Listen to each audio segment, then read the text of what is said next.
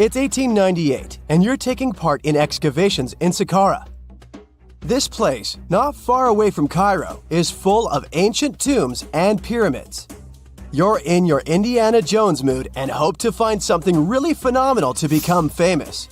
Gold, manuscripts, treasure maps, mummies of famous pharaohs. Wait, a wooden bird? You're really disappointed as it looks like a regular toy. An old one, but still. Little do you know that years later, someone would propose that your bird was actually an ancient monoplane. So the artifact, nicknamed the Saqqara bird, is made of a sycamore tree. The birdie has a wingspan of just 7 inches and weighs around 40 grams. A perfect original souvenir from Egypt, I would say.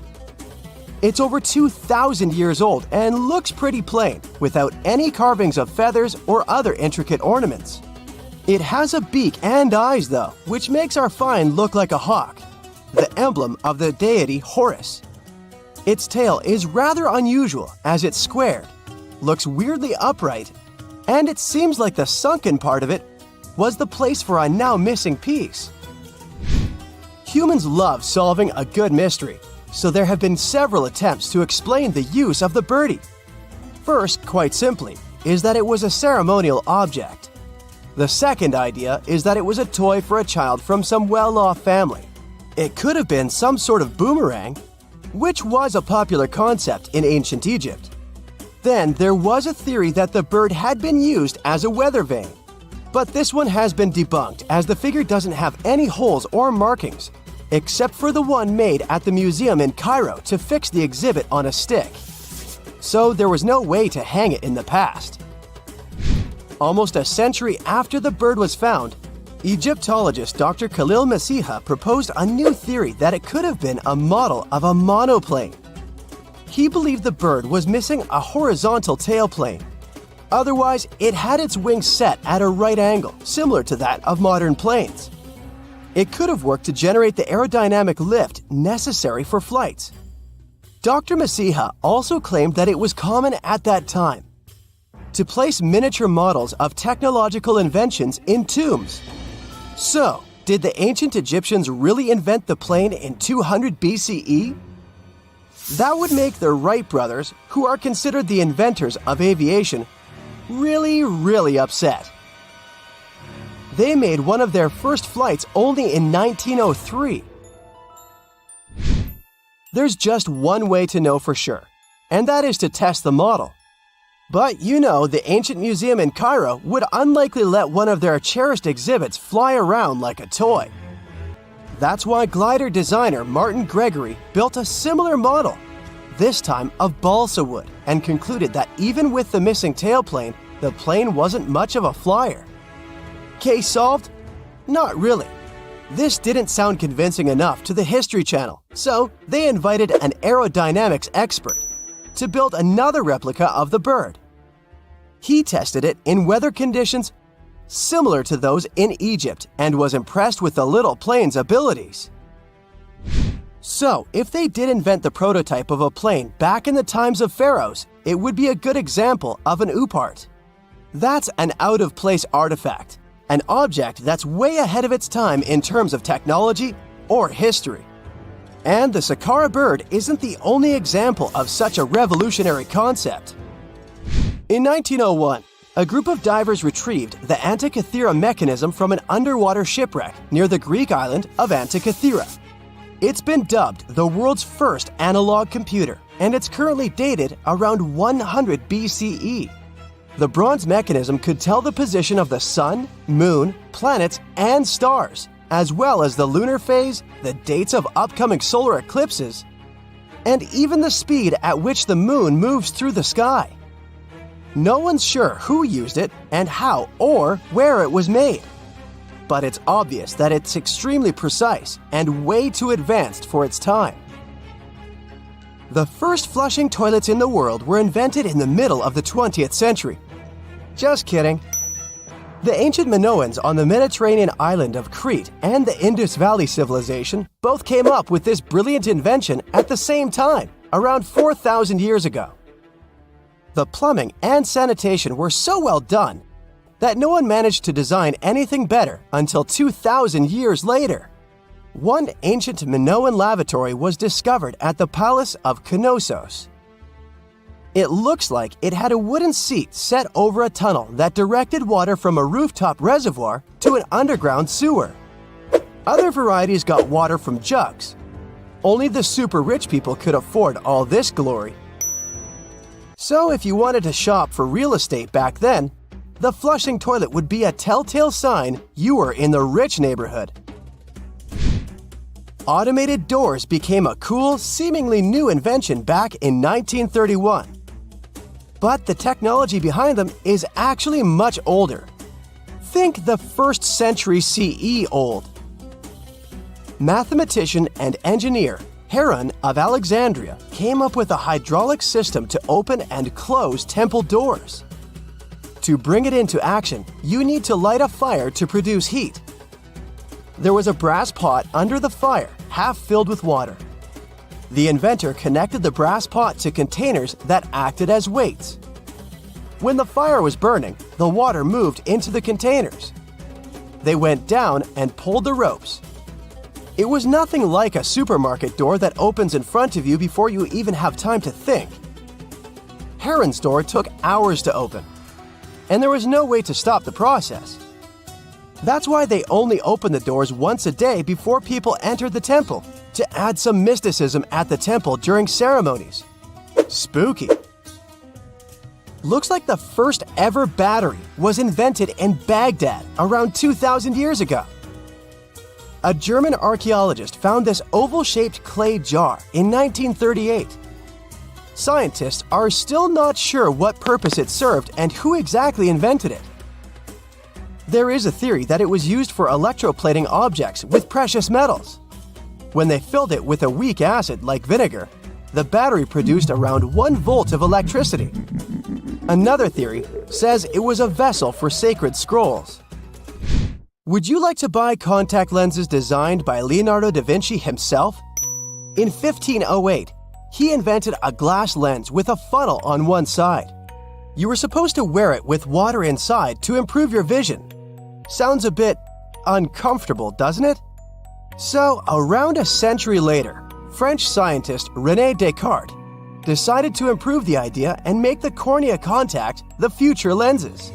Contacts because they contact your eyes, get it? The glass tube with liquid did help improve vision, but blinking was sadly impossible. 2.5 centuries later, new technologies in the glass industry let scientists design contacts that would fit in the eye and even let the wearer blink. Thanks, guys! Still, those lenses were made of heavy blown glass and didn't let the eye breathe. About 50 years later, contacts became plastic, lightweight, unbreakable, and scratch-resistant, but still covering the entire eye. And then, in 1948, an English optical technician accidentally sanded down a plastic lens and figured out they'd still be in place even if they covered only the cornea. Imagine you're living in 19th century London and need to send a message to New York. It would have taken about 10 days to get there by ship. So when delivery time went from days to hours in 1858, it was a true sensation. The first message was sent by Queen Victoria herself. It was all made possible thanks to the transatlantic telegraph cable, running under the ocean. Sadly, the new cool invention only lasted a few weeks. It took years to bring it back to life. Archaeologists have been studying Petra in Jordan for 200 years, and in 2024, they found something they had never seen before. It's a tomb with at least 12 complete human skeletons and artifacts that are over 2,000 years old right in front of the treasury. Bronze, iron, and ceramic items were placed with the deceased, which shows how people honored their loved ones when they passed away.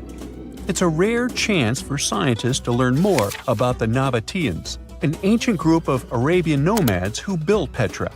The objects found in the tomb under Petra's treasury are in amazing condition, but the skeletons became fragile because it's damp inside the tomb. They plan to study the remains and extract DNA to see if the people in the tomb were related. While some scientists are solving tomb mysteries, others have trained AI to find new ancient sites for them. They've created an algorithm that works with a special type of satellite imagery. This technique uses radio waves that can peek under things like sand, soil, and even ice to find hidden objects. AI will help search a huge desert on the Arabian Peninsula called the Empty Quarter for archaeological treasures. The lead scientists of the experiment trained the algorithm to recognize hidden locations using data from a site they had found before. The new tech can discover buried structures within 20 inches, which is very precise. Another groundbreaking tech, LiDAR, which means light detection and ranging, helped archaeologists reveal new hidden cities all around the world. LiDAR can see big structures beneath layers of vegetation and map even subtle changes in ancient landscapes.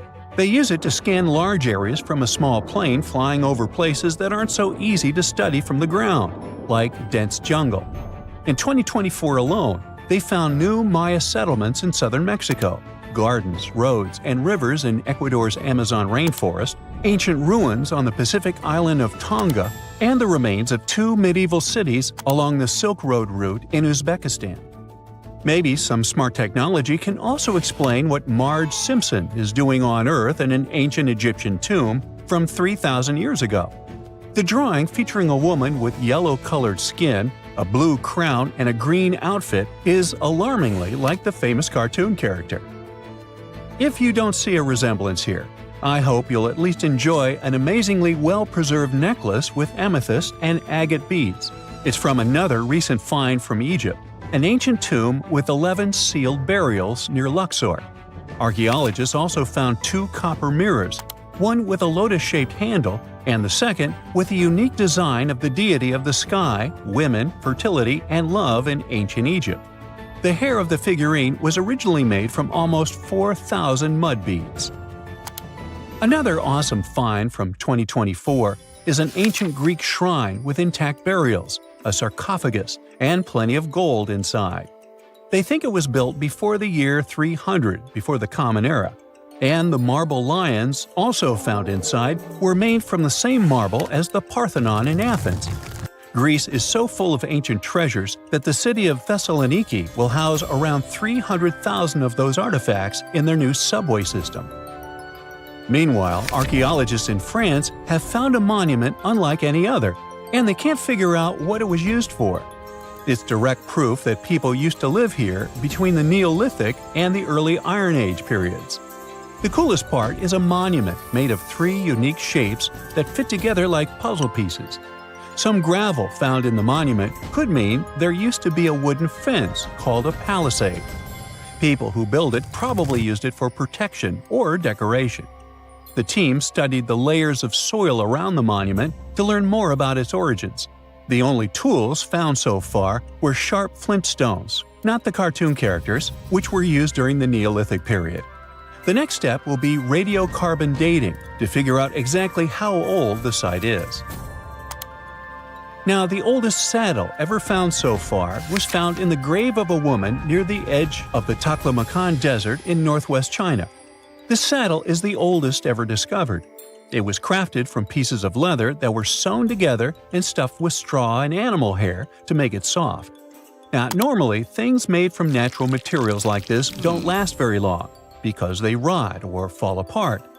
But the Taklamakan Desert is so dry that it helped preserve the artifact.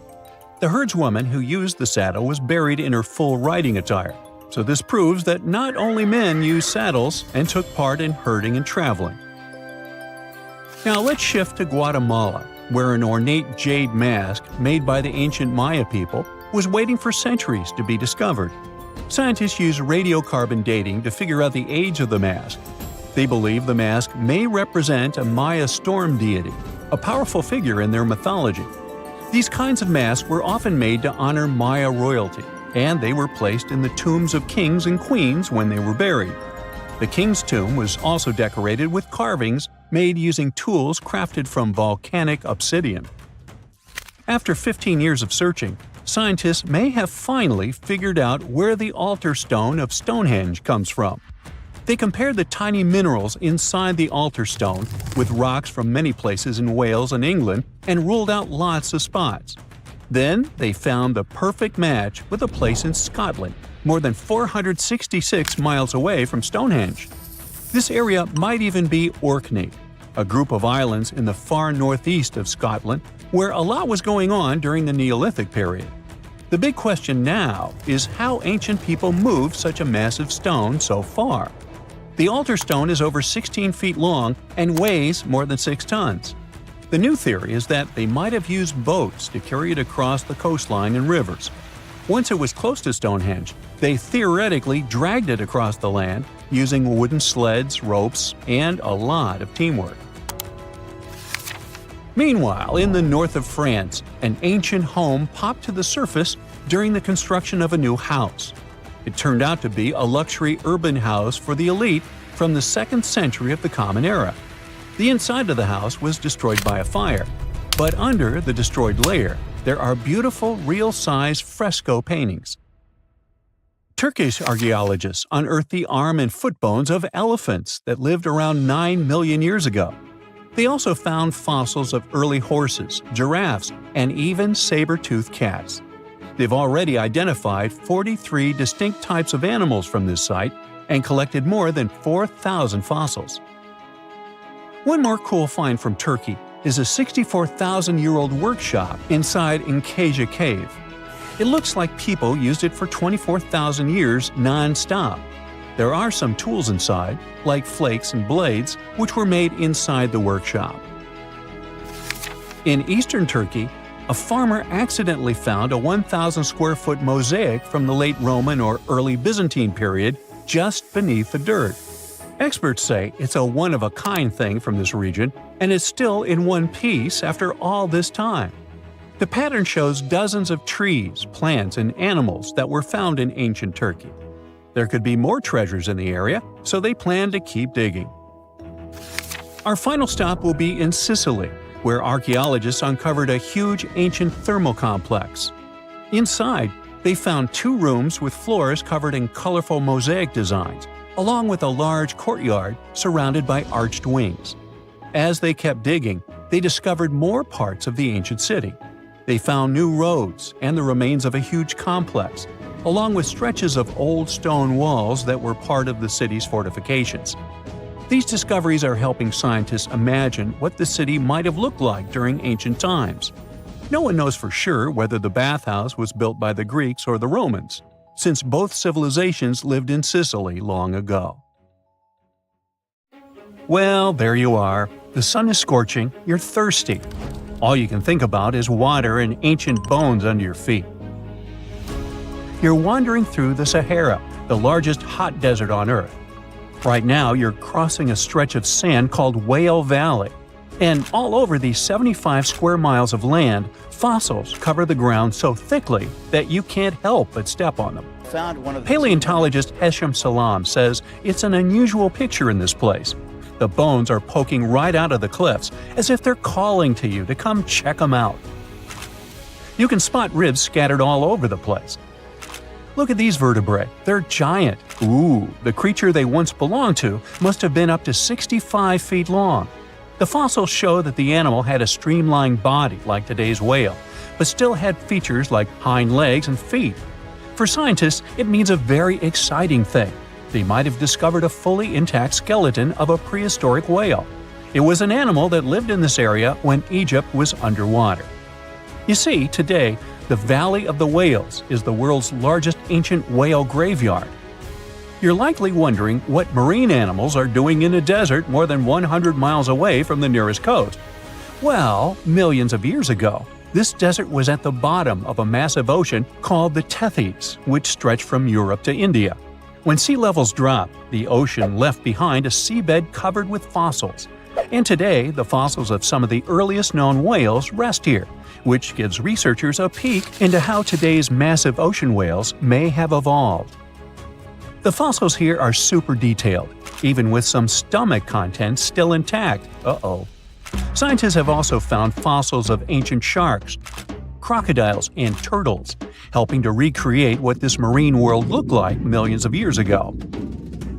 Now, the first whale bones were discovered in 1902, but it wasn't until the 1980s that people really started to explore the area, only when access to this area became better. Sadly, some fossils had been taken away by collectors before the site turned into a protected area. Most of the fossils are just under the surface, slowly revealed by erosion. Whale Valley gives us an amazing glimpse into millions of years of ancient coastal marine life. But let's move further. Ancient whale fossils aren't the only discovery you're going to make today.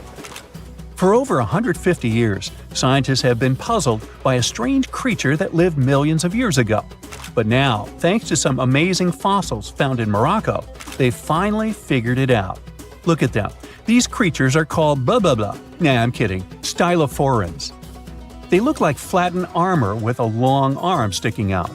Researchers discovered these creatures in 2014 and were shocked. The fossils dated back around 478 million years. They found around 450 specimens, and to their surprise, some even had soft tissues preserved, which is super rare. Before this, they only knew stylophorans from their hard parts. Originally, scientists thought these creatures were good old echinoderms, animals like sea urchins and starfish. But new discoveries prove that they had a core body and feeding arm, similar to modern starfish, complete with a water vascular system to help them move and eat. This finding ends a long debate about where stylophorans fit in the animal family tree. Now we know they're related to echinoderms, but are more advanced because they don't have the typical 5-ray symmetry. Ooh, come here and look at this giant fossil. It was found in the Sahara and gave scientists new insights into the Spinosaurus, the largest carnivorous dinosaur we know about. These 95 million-year-old remains also confirm that it was the first known swimming dinosaur. The Spinosaurus had flat paddle-like feet and nostrils on the top of its crocodile-like head, perfect for staying underwater. It was a pretty weird dinosaur with a long neck, trunk, tail, and a 7-foot sail on its back, so it must have spent a lot of time in the water. At over 50 feet long, Spinosaurus might have been even larger than T-Rex. The first Spinosaurus remains were discovered about 100 years ago in Egypt. But only this new fossil, found in Morocco, helped scientists reconstruct this dinosaur for the first time. Researchers paid attention to the creature's shorter hind limbs and wide claws. These features point to adaptations for life in the water. Its snout and dense bones also suggest it was a swimmer, while its spiked tail likely attracted mates. Hey, good looking, come here often? And here's another astonishing find made in Tunisia, the remains of Machimosaurus rex. Now, so far it's believed to be the biggest crocodile ever. This ancient croc was about 32 feet long and weighed around 66,000 pounds. It was a top predator around 130 million years ago, and its skull was over 5 feet long. Now, this discovery is a big deal because it shows that these crocs stuck around longer than we thought. Before this, scientists believed that they disappeared during a minor extinction event between the Jurassic and Cretaceous periods. Now, let's go back to the fact that the Sahara was once underwater, and some of the largest sea creatures ever lived there. A study published in the Bulletin of the American Museum of Natural History speaks about an ancient body of water called the Trans-Saharan Seaway. It existed between 150 million years ago, covering parts of Western Africa. Scientists spent 2 decades trying to recreate this prehistoric underwater world. They found it was warm and shallow, home to some pretty terrifying creatures, including 5-foot-long catfish and 40-foot-long sea snakes. Yikes! The seaway was cut off from larger oceans for long stretches, which may have helped these predators grow larger because resources were always available. It's a classic case of evolution at work, leading to what scientists call gigantism in isolated environments. But all that water didn't just disappear with no trace. Under the sands of the Sahara, scientists have discovered a massive ancient lake, which they're calling a mega-lake. Makes sense? This lake formed around 250,000 years ago when the Nile River flooded the eastern Sahara. At its biggest, this lake covered over 42,000 square miles. It's about half as big as Kansas. They also found evidence of a smaller lake, 93 miles west of the Nile, at a slightly lower level and covering 18,600 square miles. All of this adds to growing evidence that once, North Africa had many lakes that might have created migration routes, helping early humans move across the continent. Now, in the Sahara, you can find not only fossils of bizarre animals. In May 2020, some weird rocks with greenish crystals were discovered in a sandy region in southern Algeria's Sahara Desert. When scientists checked them out, they found out these rocks weren't from Earth. They were actually pieces of a meteorite called Erg-Chek 002. This meteorite is super old, like the oldest volcanic rock ever found. It melted ages ago in the fiery heart of an ancient protoplanet that no longer exists. Researchers had recently published a study in Nature Communications, revealing that they have analyzed lead and uranium isotopes in Erg-Chek 002 and found out it's more than 4.5 billion years old. Another cool discovery made in the Sahara is quite unexpected. A few years ago, scientists found what they think are the world's oldest colors, and they're bright pink. These pigments were uncovered from rocks that are around 1.1 billion years old in the Sahara Desert. The colors came from microscopic organisms, as animals didn't exist back then. The discovery was made by a PhD student who crushed the ancient rocks and analyzed the pigments. These pink pigments are actually ancient chlorophyll from photosynthetic organisms that lived in an ocean that's long gone. Researchers are now sure that this finding could help explain why larger, complex creatures showed up much later in Earth's history. Before these colors were discovered, scientists didn't know what was missing in the food chain that delayed the evolution of larger animals. Now they understand that tiny cyanobacteria were at the bottom of that chain. Apparently, this discovery is not just about finding some old pink stuff. Scientists believe it's a breakthrough in understanding the history of life on Earth. When you think of an epic desert scene with blazing sun, endless dunes, and those magical little oases, you probably picture the legendary Sahara, right? But what if I tell you that 11,000 years ago, this vast expanse of hot sand looked totally different than it does today? Yeah, I don't know, I wasn't around then. But I'm told that back then, what we now call a desert was a lush paradise, brimming with lakes, rivers, grassy plains, and even woodsy forests.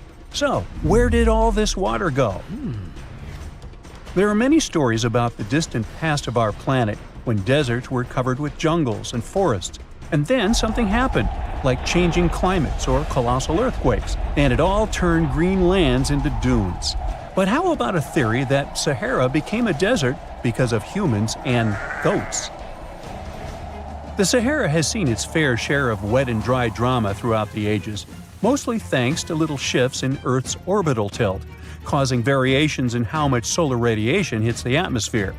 There were even times called the African humid periods, when the rain would pour in and transform the dry landscape into a bright green haven. But between 8,000 and 4,500 years ago, something really funky happened to this region.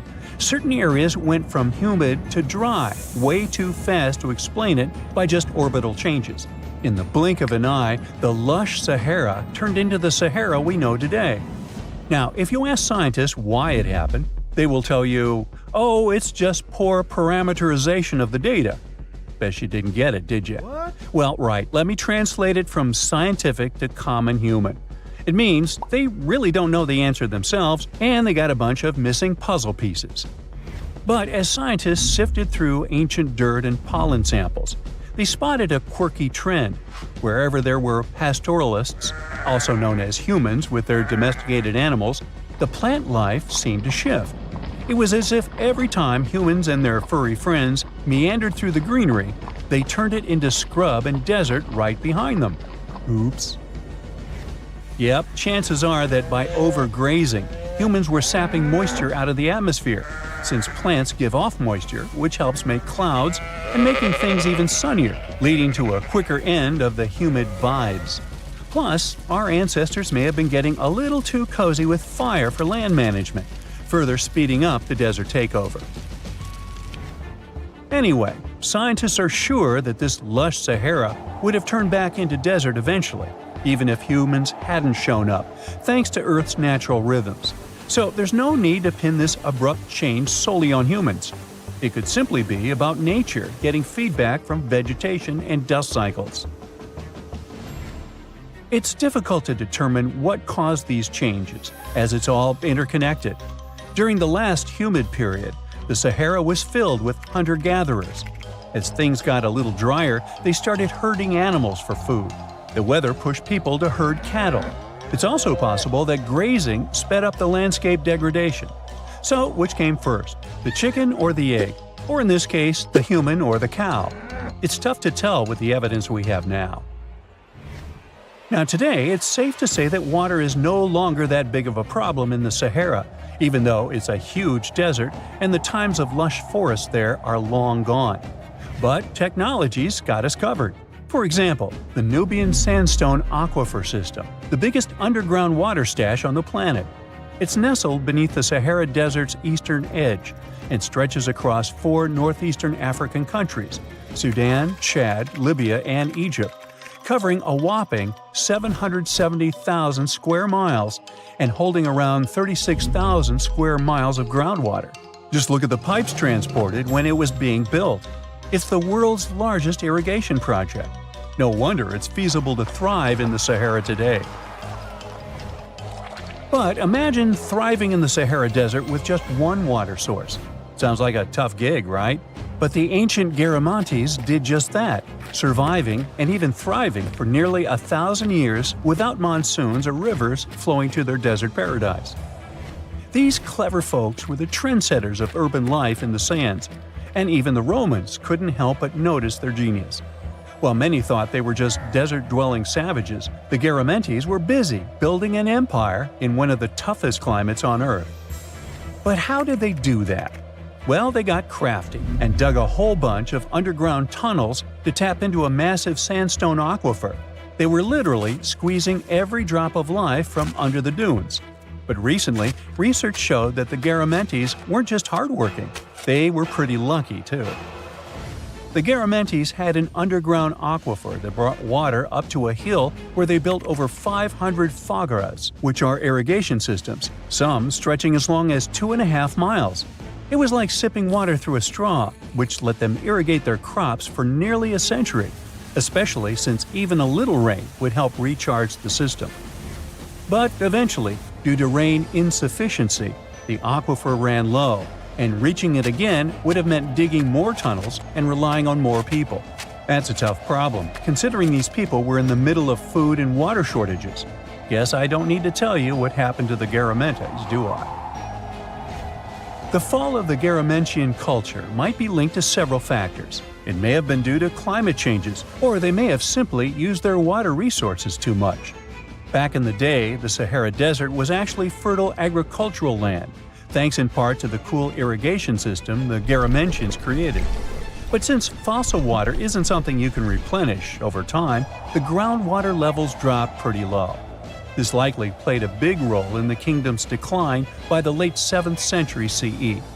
That sounds like someone who hit a lottery jackpot, used up all the money, and went back to their original not-so-cool job once the bank account got fully drained. Oh, by the way, even if the Garamantes left some secret wisdom messages for us, the chances are we'll never get what they wanted to tell us. Nobody really knows what language they used, and their texts are nearly indecipherable to us today. But let's go back to the Green Sahara. So it transformed into a desert about 4,500 years ago. But today, we can understand how people lived in those times in the Sahara thanks to natural parks in Africa that have the ultimate outdoor art gallery. There are well over 15,000 ancient paintings and carvings depicting everyday life from around 11,000 years ago. However, if the carvings aren't enough for you and you feel like visiting an actual green desert, all you have to do is book a flight to California. One of the most beautiful phenomenon in the world, the superbloom, takes place here. Look at all these colors – orange, green, pink. It's a miracle. Wildflowers bloom right in the middle of a hot desert after several years of rainfall and dry places. It's such a bright and colorful landscape that superblooms can be seen from space. This rare phenomenon can be observed in other arid places and deserts in western and southern Africa, western Australia, and Chile. In all these places, the weather is very hot and dry in summer. Mild humid air comes in winter, and this is the ideal environment for mass flowering. Flower seeds that lie in desert sands can wait for decades before starting to produce flowers. When the hot sun destroys all the weeds and grass, and the rainfall becomes enough to moisten the soil, the seeds are kind of like, well, okay, now it's our turn to play a big game. And then hundreds of thousands of tourists come to take photos and post these beautiful pictures on social media. And this, unfortunately, is one of the main dangers for flowers. Therefore, if you find yourself in a place like this, don't pick the flowers and don't trample on them. Stay on the path, don't litter. Take only pictures and leave only footprints. You get it? Good. Back in December 2012, a lot of people were freaking out over the idea that the world might end in some catastrophic event. And it was all thanks to the famous Maya calendar. This ancient way of tracking time had been the subject of endless speculation. But one of its biggest mysteries was definitely an 819-day count found in some versions of the calendar. No one could explain why it was there or how it worked, until recently, when a group of researchers from Cambridge might have finally cracked the code. First things first, how does the Maya calendar work? So the system the Maya civilization used to track days was based on something we now call the calendar round. Think of it like 3 interlocking gears. These are 3 cycles working together. The first is a 365-day solar year, known as Hab. The second is a cycle of 20 names. And the third is a cycle of 13 numbers, which forms a 260-day sacred calendar, called Solkeen. Just like we'd say something like December 25th, 2025, they named their days based on how these 3 cycles lined up. For example, here we have the day 3 Manik and the 14th of the month Hop. It takes 52 years for the 3 cycles to align in the same way again. After that, the days start repeating. But this is where things start to get more complicated and mysterious. On some Mayan monuments, we have also found enigmatic inscriptions pointing to the existence of another cycle, the 819-day count. There are about 20 examples of these inscriptions, mostly found in places like Palenque and Yaxchilan in Mexico. So it didn't seem random at all, and this calendar must have been hiding a big secret. Early research showed that the 819-day cycle was represented by one of 4 colors and the cardinal directions associated with them.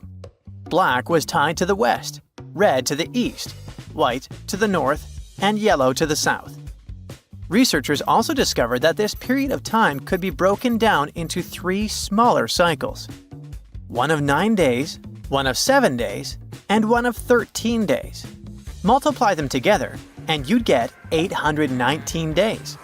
Pretty cool, but why did they do that? This color scheme and the 3 cycles seemed like a basic level of interpretation, and experts were pretty sure its real purpose was still hidden from us.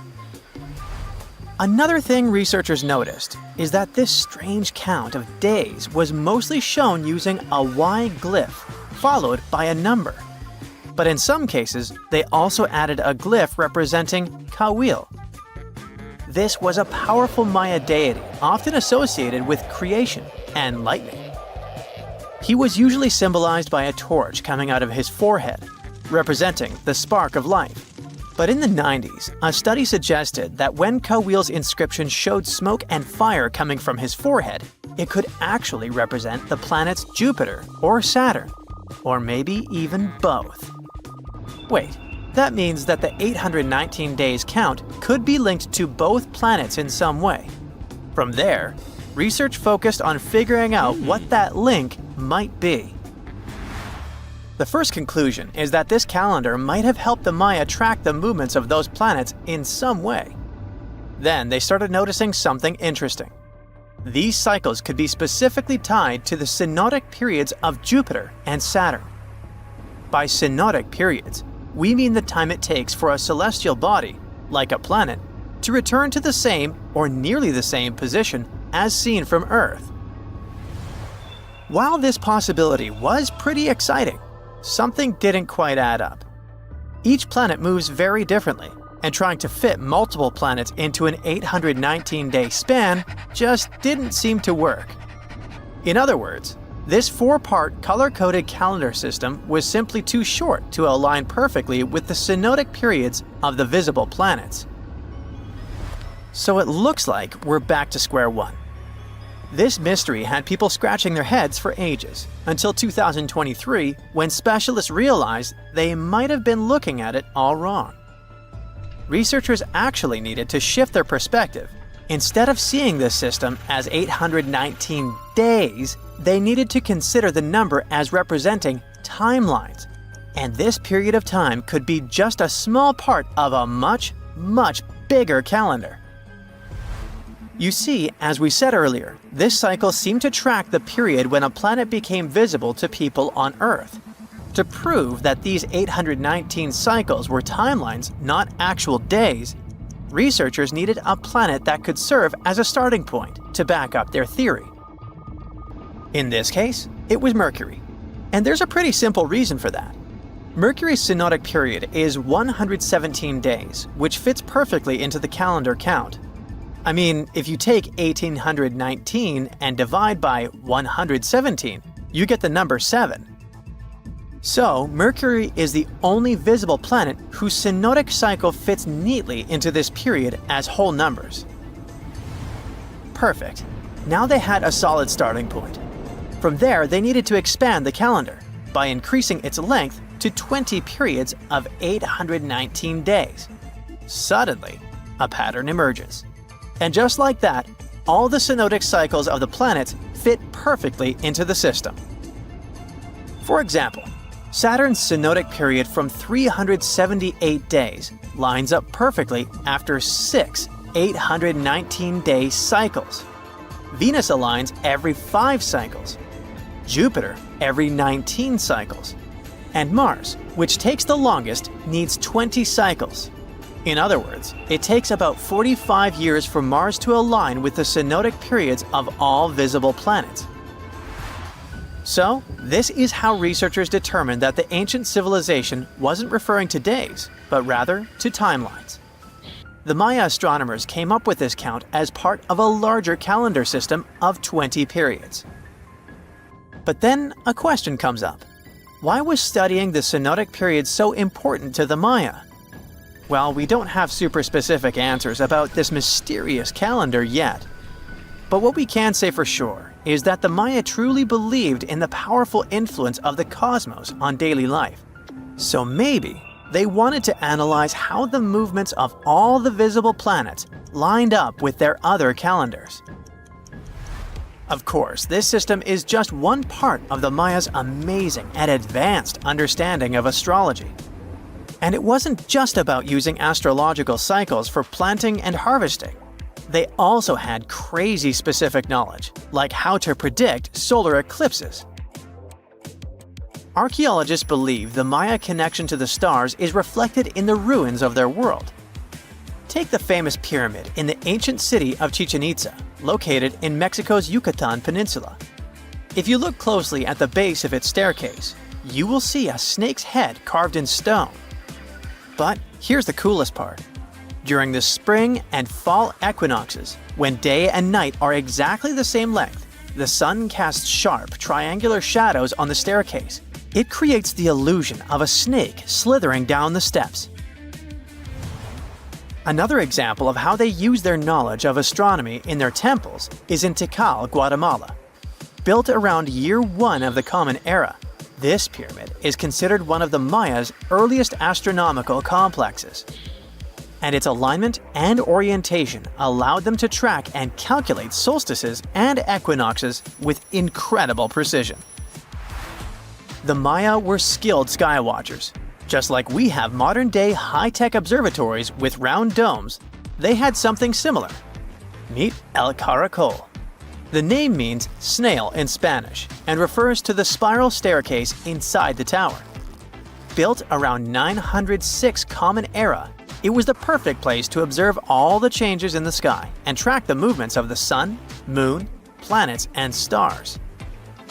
Unlike us today, with our telescopes, satellites, and advanced tools, the Maya relied entirely on naked eye observation, and that makes their achievements even more incredible. Imagine you've booked a tour through the jungles of Costa Rica. All of a sudden, you stumble upon a huge stone sphere, nearly the length of a king-sized bed in diameter. How on earth did it end up there? And what does it symbolize? You immediately ask your guide. He's not as amazed as you are and tells you that there are actually several hundreds of them scattered across the south of the country. The mysterious stone spheres don't have an official name. The locals simply call them las bolas, which means balls in Spanish, while historians refer to them as dequispheres, after the culture that produced them. Scientists have studied the sediment layers of the Earth around them and estimate that the earliest were made around the year 600 CE, and the newest ones date to the year 1000 CE. Many of the spheres were relocated after their initial discovery, and that's why archaeologists can't date them precisely. The dequis culture completely disappeared shortly after they were discovered by the Spanish in the 16th century. Unlike the Mayas and the Aztecs, the myths or legends of these peoples didn't survive, so they cannot explain the existence of the mysterious orbs. More than 300 of these objects have been discovered so far, with some being smaller than 1 inch in diameter, and the largest measures 6.6 feet in diameter, standing taller than most humans. Although there are ones made from limestone, most spheres were carved out of a coarse version of basalt, a type of rock that forms when lava cools rapidly. Some orbs weigh up to 15 tons, and in most cases, their surface is smooth to the touch, although there are coarse, mostly unfinished pieces. If we throw away the theory that river erosion naturally sculpted the spheres, the ancient people seem to have created them by hammering boulders with other rocks. Once they got the rough shape they were aiming for, they would polish the rock to perfection, using techniques such as controlled fracture and grinding.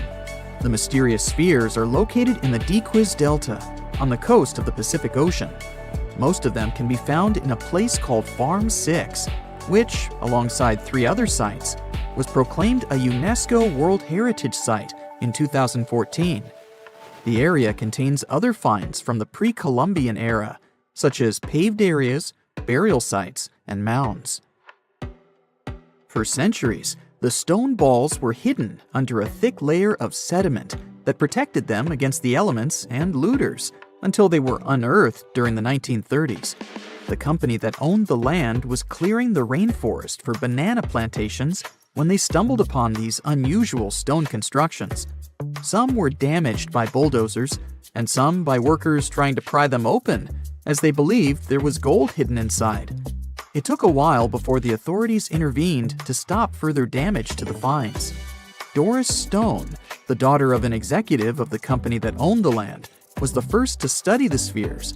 In 1943, she published an article in a leading American archaeological journal, turning the world's attention to the orbs. Expeditions soon followed, and archaeologists were immediately able to determine that the stone formations were human-made, probably created by the ancient indigenous population of Costa Rica. To this day, no one has been able to fully explain their function in a scientific way. It means there's still room for some wild theories about the sphere's origins and true purpose. The most popular theory in the scientific community is that the stone spheres served as decorations and status symbols, as many of them were found near the houses of chieftains. Local tribal leaders were also laid to rest with some of the smaller balls, so these stone formations were definitely associated with power in some way. Chiseling a boulder to perfection involved a lot of labor and planning, and only powerful individuals could afford it at the time. The other popular theory is that the boulders were used for astronomical observations. Individual spheres represented stars or planets, like a primitive map of the night sky. Since they were perfectly round, it was easy to roll them around. Before the jungle engulfed them, the area where they were found was a flat alluvial plain, ideal for rolling large boulders around. Another version of this theory suggests that the stones were used as boundary markers, much like modern border stones, which are also mostly made from stone. Finally, legends from other tribes that lived in the area tell of how the spheres were cannonballs that the deity of thunder used to drive away the deity of winds and hurricanes. We still don't know the original purpose of the Costa Rican spheres, but they remain an important part of the country's national identity. The National Museum in the Costa Rican capital, San Jose, has 6 of them in its courtyard. Many other spheres have become prized garden decorations for wealthy Costa Ricans. There's even one at Harvard University. More than a millennium after they were created, the mysterious stone spheres of Costa Rica are still associated with power and wealth. In terms of numbers, the stone orbs are not perfectly round. They are rated as nearly perfect, at 96% spherical in shape. And while even that is pretty impressive, the spheres of Costa Rica are not the only ones of their kind. Nearly a decade ago, workers came across mysterious giant stone spheres deep underground in a coal mine in northern Asia. The surface of the spheres, which measured a little over the length of a human footstep in diameter, was unusually smooth, and people tried to explain it somehow. Some were certain they were out of this world, and others suggested the spheres were actually petrified dinosaur eggs. Scientists quickly put an end to further discussion, as it turned out that the mysterious spheres were concretions. Those are rock formations that take millions of years to form deep underground. Think of a pebble that picks up snow as it rolls down a hill. That's how concretions are made. Groundwater, rich in sediment and minerals, flows around the sediment, slowly shaping it into a perfect orb. The process is quite common in nature, but most concretions are fairly small. The spheres found in the coal mine grew to their size in the mineral-rich ground, and they were big enough to get the press and the general public interested. Another possible case of concretions is the massive stone spheres found in the Visoko Valley in Bosnia. Samir Osmanagic, better known as the Bosnian Indiana Jones, was the first to explore those objects about as wide as the length of a London bus. He believes the stone spheres were carved by a lost civilization that lived in the area 1,000 years ago. The reddish color of the orbs, though, is proof to geologists that they are indeed concretions, rich in iron content. The Moki marbles, found in rural Utah, are similar in color to the Bosnian spheres. These tiny concretions are the size of toy marbles and consist of a sandstone core and a shell made out of hematite, an iron ore. In South Africa, miners have come across Klerksdorp spheres, which are similar in shape and size to Moki marbles. The only difference is that these ones formed inside volcanic sediments and ash. The most intriguing among human-made tiny spheres are probably the orbs found on several Greek islands. Scientists discovered 700 stones smaller than golf balls near the Bronze Age site of Akrotiri on the island of Santorini. They believe that the finds were between 3,600 and 4,500 years old. When they compared all the stones' variations in size and color, the archaeologists concluded that these enigmatic stones could have easily been the oldest board game ever made. With the help of artificial intelligence, scientists are now trying to work out the rules of this game. The unanswered mystery surrounding ancient civilizations have been a source of inspiration for many conspiracy theorists. In fact, some of these mysteries are so interesting that many of us either already believe them or would like to. One thing is for sure though, none of those thousands of conspiracy theories have ever been, what's the word? Oh yeah, classified. Or have they? We're all aware that the CIA has done some questionable things throughout history for the sake of national security, but you wouldn't expect a book to be both a national and international threat.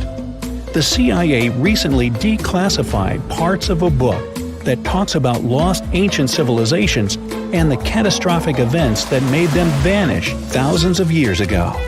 This mysterious book was written in 1963 by a guy named Chan Thomas, and it was going to be published by Emerson House in 1965 until the CIA got involved. For some mysterious reason, they classified the book, and it was never released to the public until recently.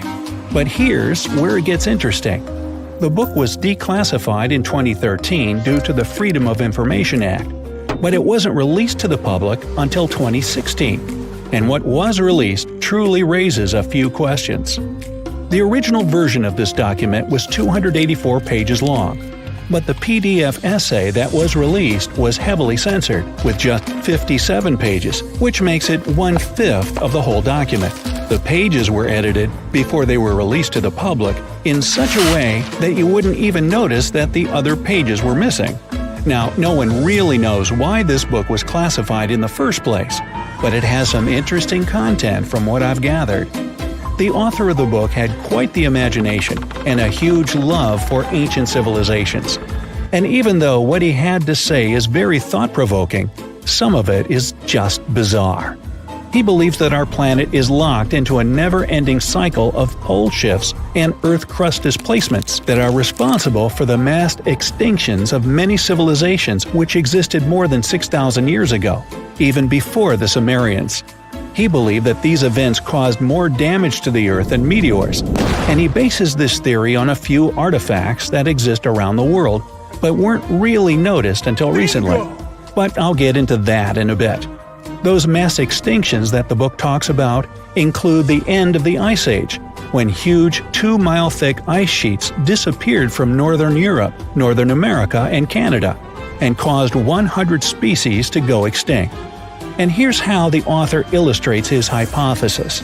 He believes that there was a geomagnetic pole shift which caused catastrophic changes to both the atmosphere and the Earth's crust, resulting in the extinction of many civilizations over time. Now, even though the geomagnetic pole shift is a real thing, it doesn't just happen overnight. It happens really slowly, only about every few 100,000 years, according to scientists. But it's a bit more complicated than it sounds. It is a well-known fact that the North Pole is somewhere above Alaska, and the South Pole is close to the middle of Antarctica. Now, these are the geographic poles, and they'll always be north and south. However, the Earth's magnetic poles flipped a few 100,000 years ago. So, if you had a compass, let's say 700,000 years ago, it would instead point south and show you the Antarctic. But the author of the book has a different theory. He believed that the flip of the north and south magnetic poles doesn't happen every few 100,000 years, but every 12,000 years, and that this flip occurs in just a few hours, causing a catastrophic apocalypse. He thinks this happens as a result of an explosion inside the Earth's core. This explosion causes the magnetic poles to flip, but it also causes the Earth's crust to move. According to the book, due to these catastrophic events, a lot of the Earth's continents that were submerged underwater rose above sea level in just a few hours. Now, here's where it gets interesting. The author also states that the Peruvian Andes were beneath the ocean before the last pole shift. And even though it seems far-fetched, since the Andes are approximately 22,000 feet above sea level, there was evidence to support that claim in the late 80s. Scientists found whale bones and fossils that are said to be millions of years old on top of the Andes and the Himalayan mountains. It's also suggested in the book that the deep freeze the Earth went through during the Younger Dryas event caused the Gulf Stream to be disrupted. And he points to some interesting evidence to support that theory. Frozen mammoths were found trapped in blocks of ice with food still in their mouths. Now, this is a true mystery, because freezing cold weather is in their nature, and they were among the few animals that could truly survive in the Ice Age. So, what could have caused them to freeze so quickly? Kinda makes you go, doesn't it? The document describes the Great Pyramid of Giza as a true enigma as well. The Pyramid of Giza is made out of 2.5 million stone blocks that are placed on top of each other with great precision.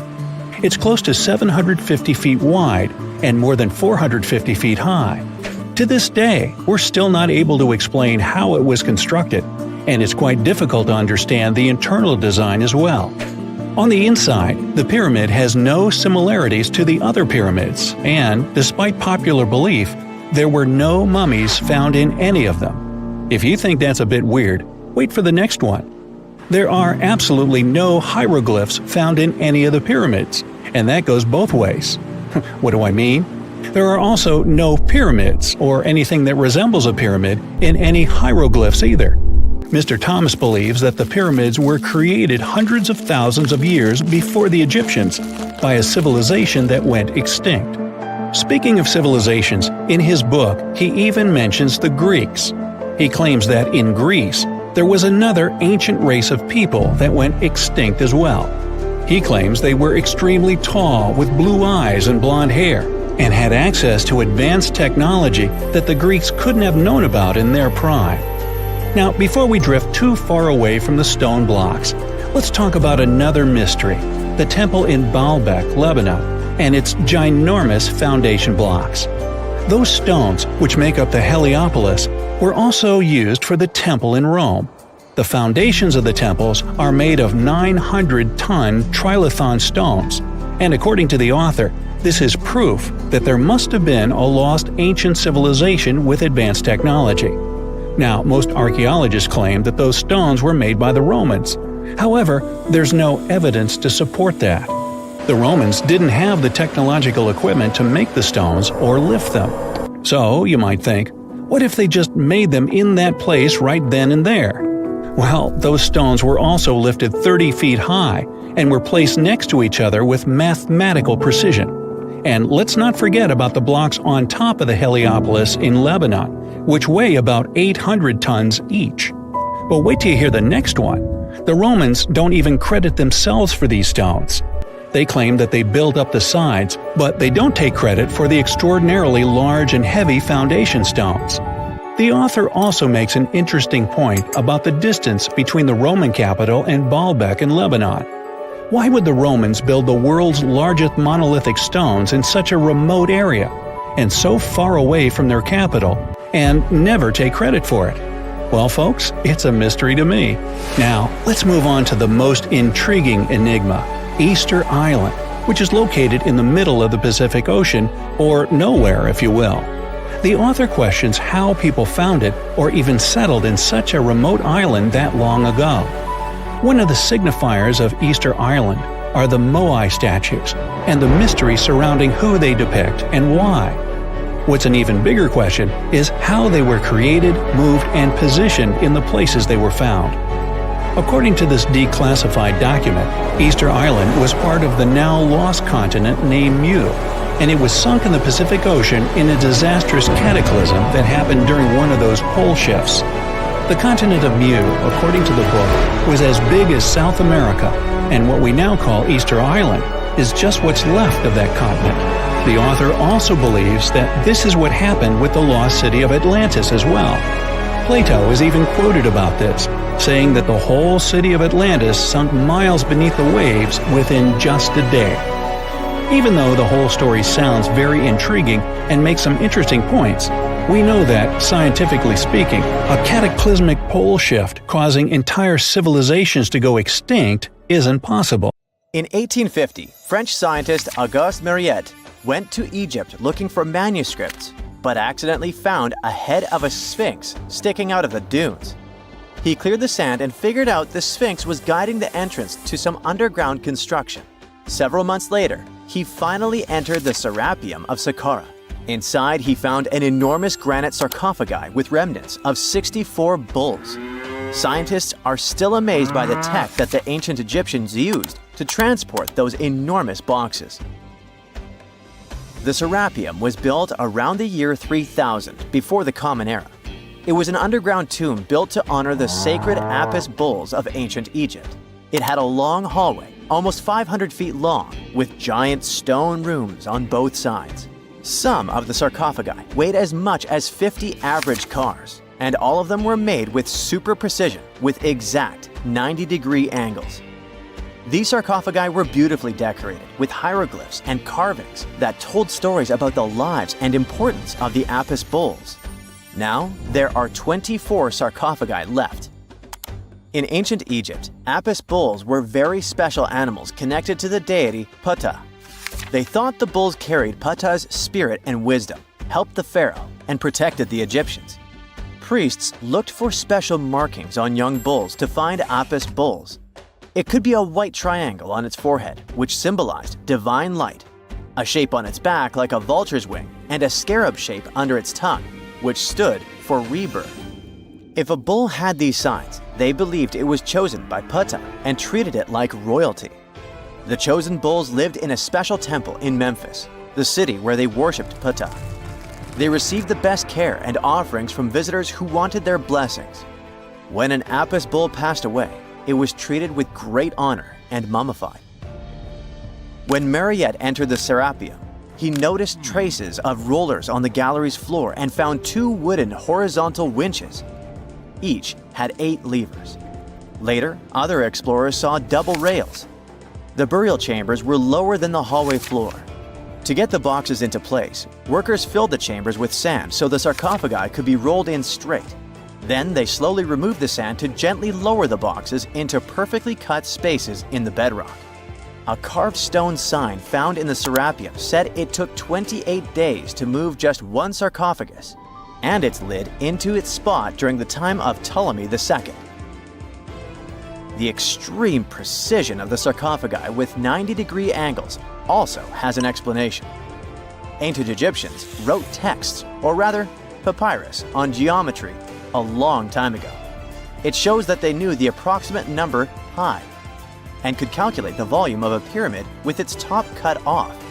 If they could figure out complicated math like that back then, it makes sense that they could also carve perfectly flat surfaces 500 years later.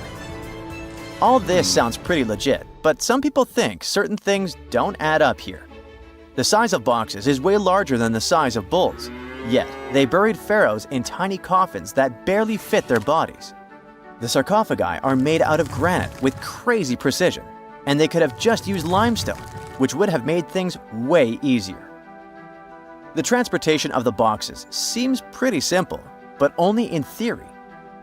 If one person could pull about 440 pounds, then at least 250 people would be needed to pull just one box. The tunnels in the Serapeum are really narrow, only about 2 feet wider than the boxes themselves. There's no way hundreds of people could have squeezed into those tight spaces to pull the boxes.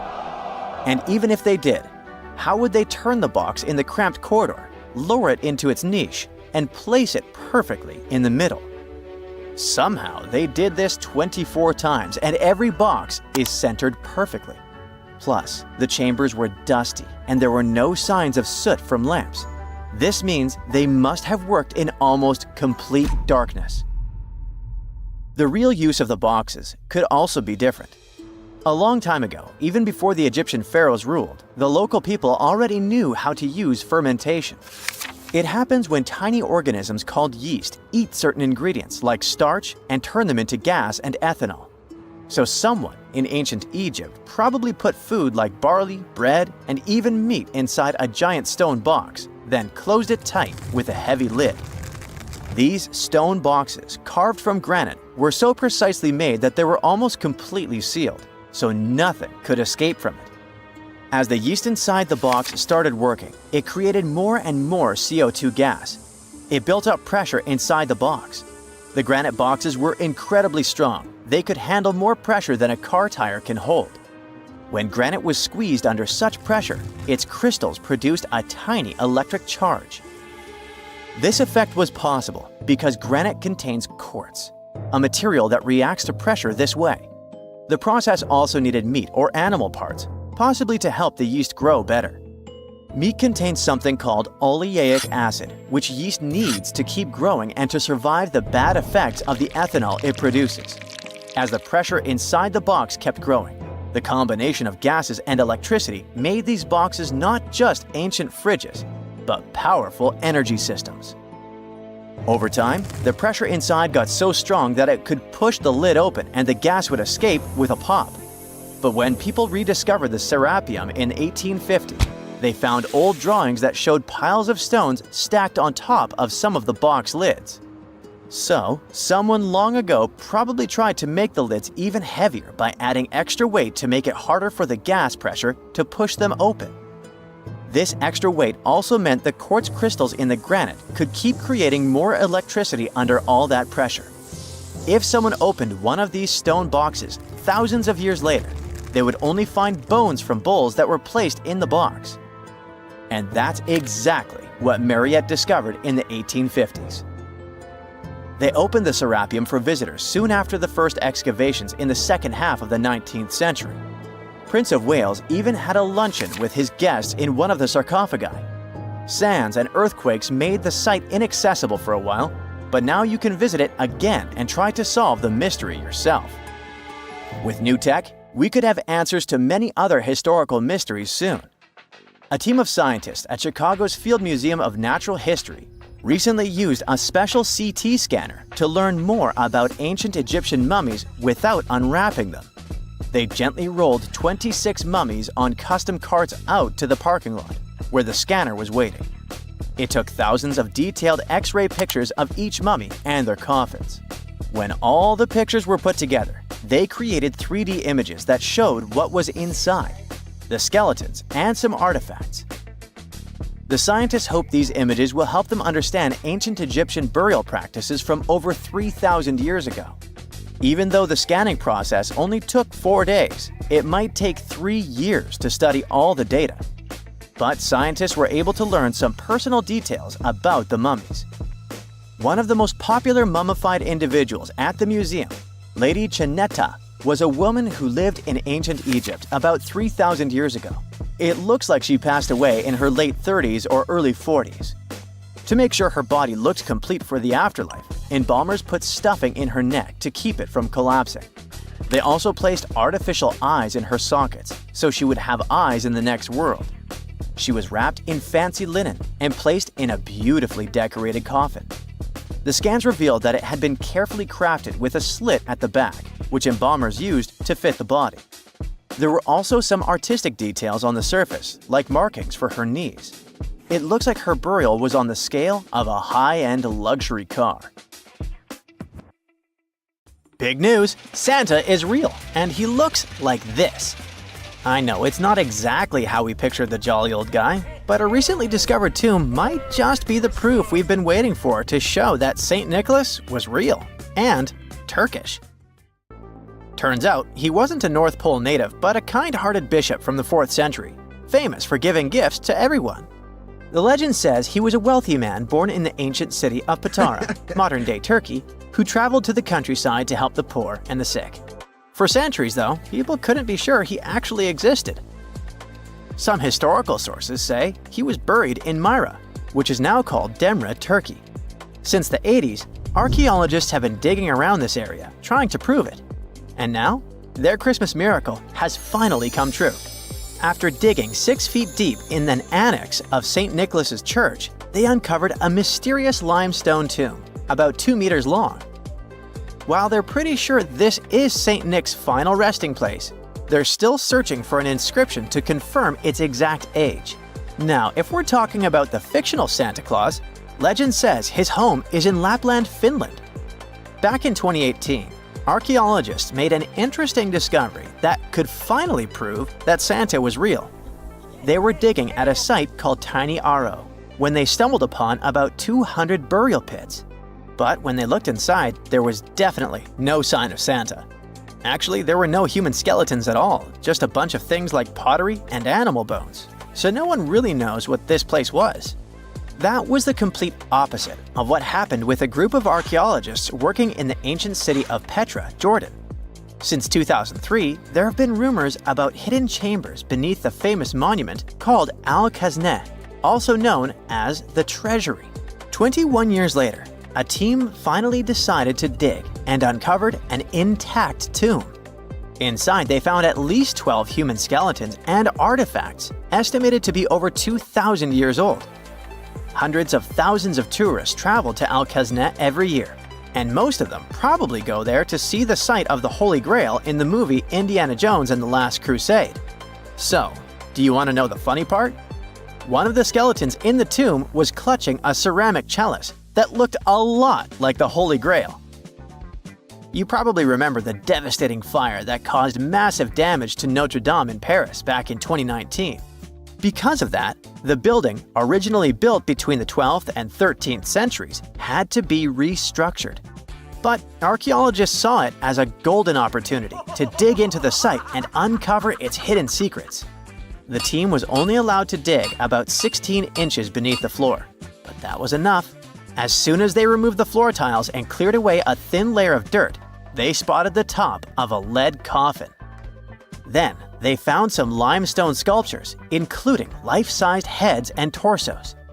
Altogether, they uncovered over 1,000 fragments of different works of art. Ancient statues have been found in the most random places, including a sewer. In July 2024, Bulgarian archaeologists were checking a Roman sewer in the ancient city of Heraclea Sintica when they found a nearly 7-foot-tall marble statue of Hermes, the Greek messenger deity. This town was completely devastated and abandoned after 2 earthquakes, one in the year 388 and the other in the year 425. But somehow, it didn't destroy this statue. In fact, its head was found in surprisingly good condition. Finding ancient artwork is definitely fascinating, but imagine stumbling upon an entire hidden city in the Amazon rainforest. Using high-tech lasers, researchers uncovered a lost civilization with thousands of structures and a whole network of roads, canals, and houses, all buried beneath the dense jungle. This city was built around 2,500 years ago, in an area located in the shadow of a volcano, which, by the way, could have erupted and destroyed this civilization at some point. It's hard to say exactly how many people lived there, but experts estimate they stayed up there for about 1,000 years. This discovery proves ancient people also had huge, organized cities in the middle of the Amazon. A similar thing happened in Campeche in southern Mexico. An archaeologist was doing some research on the internet when he accidentally discovered a hidden Maya city. This area, now called Valeriana, was huge, about the size of Edinburgh, the capital of Scotland. It had pyramids, sports fields, amphitheaters, and paths connecting different districts. Thanks to satellite images, archaeologists uncovered an entire unknown civilization from the Bronze Age. They were checking out aerial images when they discovered 100 prehistoric settlements in the Pannonian Plain, a region that includes parts of what's now Serbia and Hungary. The people who lived there are now known as the Titsa Site Group, and it looks like they were a pretty well-organized society, skilled at growing food, hunting, and fishing. Google Earth helped a team to uncover a mysterious set of 400 ancient gates in Saudi Arabia. These gates, scattered across the desert, are thought to be from thousands of years ago. They're made of stone and arranged in weird formations that have left archaeologists scratching their heads. I mean, they don't look like they were meant for funerals, and they don't seem like structures where people lived. So, we still have no idea what they are. Technology is really changing archaeology. Thanks to artificial intelligence and, well, a $1 million prize, we've finally been able to decipher part of an unreadable and super damaged ancient scroll. The Herculaneum scrolls were discovered by workers digging up the ancient town of Herculaneum near Pompeii in 1752. But their condition was so bad that, for years, they were considered indecipherable. Thankfully, AI has helped unveil their secrets. Based on the studies so far, experts believe that one of these scrolls was written by a philosopher who valued pleasures, like music and food, above all else. No doubt, Stonehenge in England is one of the most mysterious places on Earth. Some theories even suggest it was built by extraterrestrials. After more than a century of research, archaeologists are still figuring out how it came together. See that big altar in the middle? Turns out it came all the way from Scotland. And that's pretty wild, considering this massive sandstone block weighs over 6 tons, and the people who built Stonehenge more than 4,000 years ago didn't have the luxury of wheels or modern tools. We can find some pretty amazing stuff in the oceans too. In 2013, a mysterious shipwreck was found about 20 feet underwater off the coast of Kenya. At the time, no one knew where it came from, but now, researchers are pretty sure this could be a ship from Vasco da Gama's fleet. You know, the famous Portuguese navigator, best known for being the first to sail from Europe to India by rounding Africa's Cape of Good Hope. If it's confirmed, this shipwreck could be one of the earliest European shipwrecks in the Indian Ocean. Ancient treasures can take many forms, including a bottle. Recently, archaeologists in Norway uncovered a 150-year-old message in a bottle during an excavation of a Viking burial mound. The bottle contained a letter written by Anders Lorange, an archaeologist who worked on the site back in the 1800s, along with his business card and a few coins wrapped in paper. The letter gave some details about the excavation, though it seems Lorange got a few things wrong, like the exact number of Viking shields discovered. At the end of the letter, he wrote a personal note in runic script, "Emma Gade, my girlfriend." So it gave us not only insights into history, but also a peek into his love life. Ooh, so check this out. Researchers just found some super old footprints from a family of extinct humans, like we're talking 300,000 years ago. The prints belong to a group of Homo heidelbergensis. Ooh, that's a tough one, but I nailed it. So those dudes were pretty advanced for their time. They were building homes and hunting big animals. But unfortunately, they couldn't handle climate change and disappeared about 28,000 years ago. No, they weren't sissies, trust me. The weather was really tough back then, and they couldn't just go grab a down jacket like you do. So, the University of Tübingen crew made the discovery in Germany, where they found the perfectly preserved prints in a forest by a lake.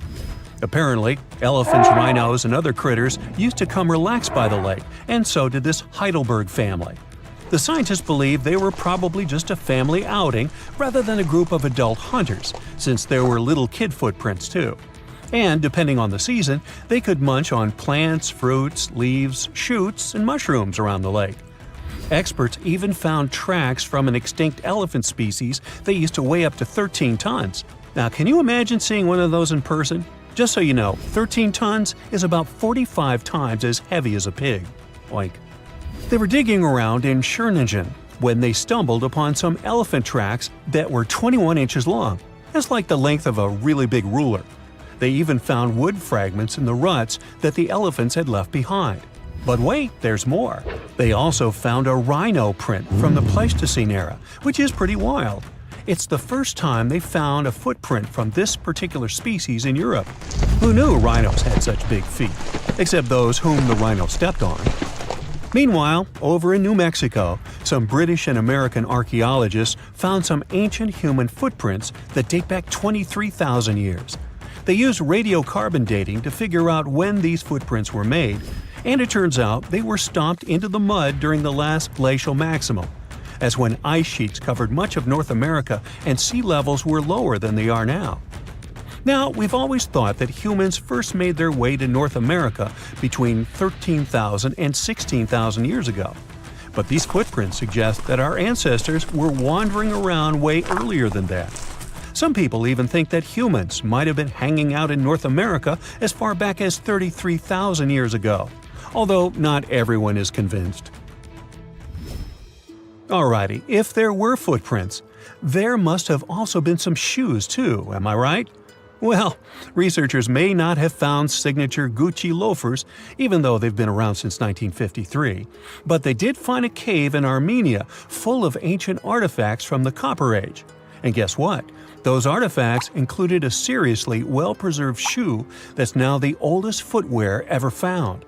That footwear was made from a single piece of cowhide leather, which is pretty rare today, despite all the fancy schmancy technological upgrades we've got today. Talk about premium quality. Currently, the coolest modern-day designer shoes are trying to copy this hole-cut technique. The shoe was also rubbed with some kind of plant or vegetable oil for extra durability, and it even had shoelaces that crisscrossed through a series of holes, just like our beloved sneakers today. The shoe was about the size of a woman's US 7, so we're guessing it was tailor-made for some fancy-pants wealthy person. Can you imagine rocking these feet whips back in the day? They were possibly the talk of the town. Now, since we're talking about shoes, have you ever had that gross feeling when you step in something sticky? Especially if you're wearing a brand new pair of white sneakers? No, not what you're thinking. I'm talking about chewing gum. It's a total buzzkill to have it stuck to your shoe. A super cool British archaeology student named Sarah Pickett found a 5,000-year-old piece of Neolithic chewing gum made from birch bark tar while on a dig in Finland. It even had tooth marks in it. Who knew our ancestors were into chewing gum too? Apparently, birch bark tar has antiseptic properties, so it's believed that Neolithic peeps chewed it to help treat mouth and gum infections. So it looks like people have been spitting out gum since the beginning of time. Ah, what a tradition. Prehistoric designers had way more than just shoes to offer to prehistoric fashionistas. You're not going to find such a statement piece in the mass market, and I'm not sure about high-end boutiques either. Yep, it's supposedly the oldest purse ever found, and yep, those are dog teeth used as decorations for a handbag. According to one of the archaeologists, these teeth were all the rage back in 2500 BCE. People were putting them on everything, from clothes to jewelry. But this particular handbag was something special. It had over a dozen sets of teeth and was super fancy, which means whoever owned it was perhaps a VIP. Unfortunately, the purse itself didn't survive the test of time. All that's left are these teeth, pointing in the same direction and looking like a modern-day handbag flap. It must have been truly chic back in the day, but it's a good thing we've moved on to more humane materials for our accessories. Did you hear about the dino-sized discovery on Yorkshire's coast? Yep, sometimes scientists discover not human footprints, but dino footprints. This time, they found a record-breaking dinosaur print that could have been left by a predator taking a break 166 million years ago. Can you imagine a T-Rex lounging on the beach with a smoothie in hand? This 3-foot-long fossil, spotted in Burniston Bay near Scarborough, is the largest ever discovered in the region. The team of researchers who studied the track concluded that it was made by a giant carnivore like a megalosaurus. That's one big and hungry dino. The footprint is the largest made by a theropod, which is a group of bipedal dinosaurs that includes the infamous Tyrannosaurus rex. So, we're talking about some seriously big and scary creatures here. A paleontologist from the University of Manchester said the discovery had shed new light on the behavior of these carnivorous giants. Apparently, features of the footprint suggest that this large predator was squatting down before standing up. Maybe it was doing some yoga or taking a bathroom break. Who knows? Another archaeologist, Marie Woods, stumbled across the print while collecting shellfish on the shore. She said she couldn't believe what she was looking at. I mean, who would expect to find a giant dinosaur print while picking up some clams? It's lucky that Ms. Woods and Rob Taylor, a local fossil collector, rescued the fragile print from the shoreline. Experts warned that it was at risk of being lost to erosion or landslides. Now, plans are in motion for the footprint to go on public display at the Rotunda Museum in Scarborough. But there's some more dino-mite news. Several drought conditions in Texas have revealed ancient dinosaur footprints that are over 100 million years old. Multiple dinosaur tracks belong to the dinos were recently discovered at Dinosaur Valley State Park in northwest Texas. The droughts have caused a river running through central Texas to dry up almost entirely, which is how these prehistoric prints were finally uncovered. This guy was a real beast, measuring 15 feet and weighing in at 7 tons. It used to roam the area over 113 million years ago, according to the state park. About 60 prints from this dino have been revealed due to the drought, with an estimated 140 tracks from the dinosaur in total. But that's not all. Prints from Sahara Poseidon were also discovered. This creature was a massive 66 feet long and weighed about 48 tons when fully matured. Experts believe that the Acrocanthosaurus preyed on Sahara Poseidon, which explains why their prints were found together. There's a weird thing though. Sahara Poseidon was bigger than Acrocanthosaurus. Can any professors please explain to me why the smaller dude would munch on the bigger one? There are entire communities of unusual tiny organisms that live in lagoons in Patagonia, and they are some of the first forms of life ever. No one had known about them until two scientists, Brian and Maria, went to explore certain areas in Patagonia. Now, Patagonia occupies nearly half of Argentina, and few people live there. Only some farmers and sheep ranchers that mostly stay near rivers and grow things such as apples, pears, and alfalfa. A long time ago, it was a wild and distant place where Indian tribes lived. But this time, we're going to follow the tracks of life forms that appeared long before humans and look closer at these interesting microorganisms Brian and Maria found. Those two had to drive for 9 hours on some rough roads to reach their destination. They stayed in a small village. Only 35 people live there. These people depend on just one spring because it almost never rains there. On the last night in the village, Brian realized that satellite images he had taken had shown a set of lagoons that were only 10 miles away. The next day, the small team jumped into a car and went up the road as far as they could until it became too difficult to drive. They continued hiking the rest of the way. It was hard because they had to carry water to deal with the intense sunlight. In some spots, they ended up sinking up to their knees in a slush made of salt. Up there were 12 lagoons with perfectly clear waters. The place itself didn't offer much except for very acidic and salty water and intense direct sunlight. But it was kind of like traveling back in time because those conditions were like what Earth looked like many, many years ago. When Brian examined the lagoons, he was surprised to see many unusual microorganisms there. We call them stromatolites, and they're so small we can't even see them without a microscope. But they get together and form large communities. In the past, many unusual species lived this way. For example, cyanobacteria. They were important back in their time because they produced oxygen. Earth, in its initial stages, didn't have much of this gas in its atmosphere. The first stromatolites might have been formed by diverse types of bacteria that didn't necessarily produce any oxygen, but were just living their peaceful life there. They formed layers, piling on top of one another, so that at least some of them could get a bit of sunlight. They used sand and sticky liquids to stay close together.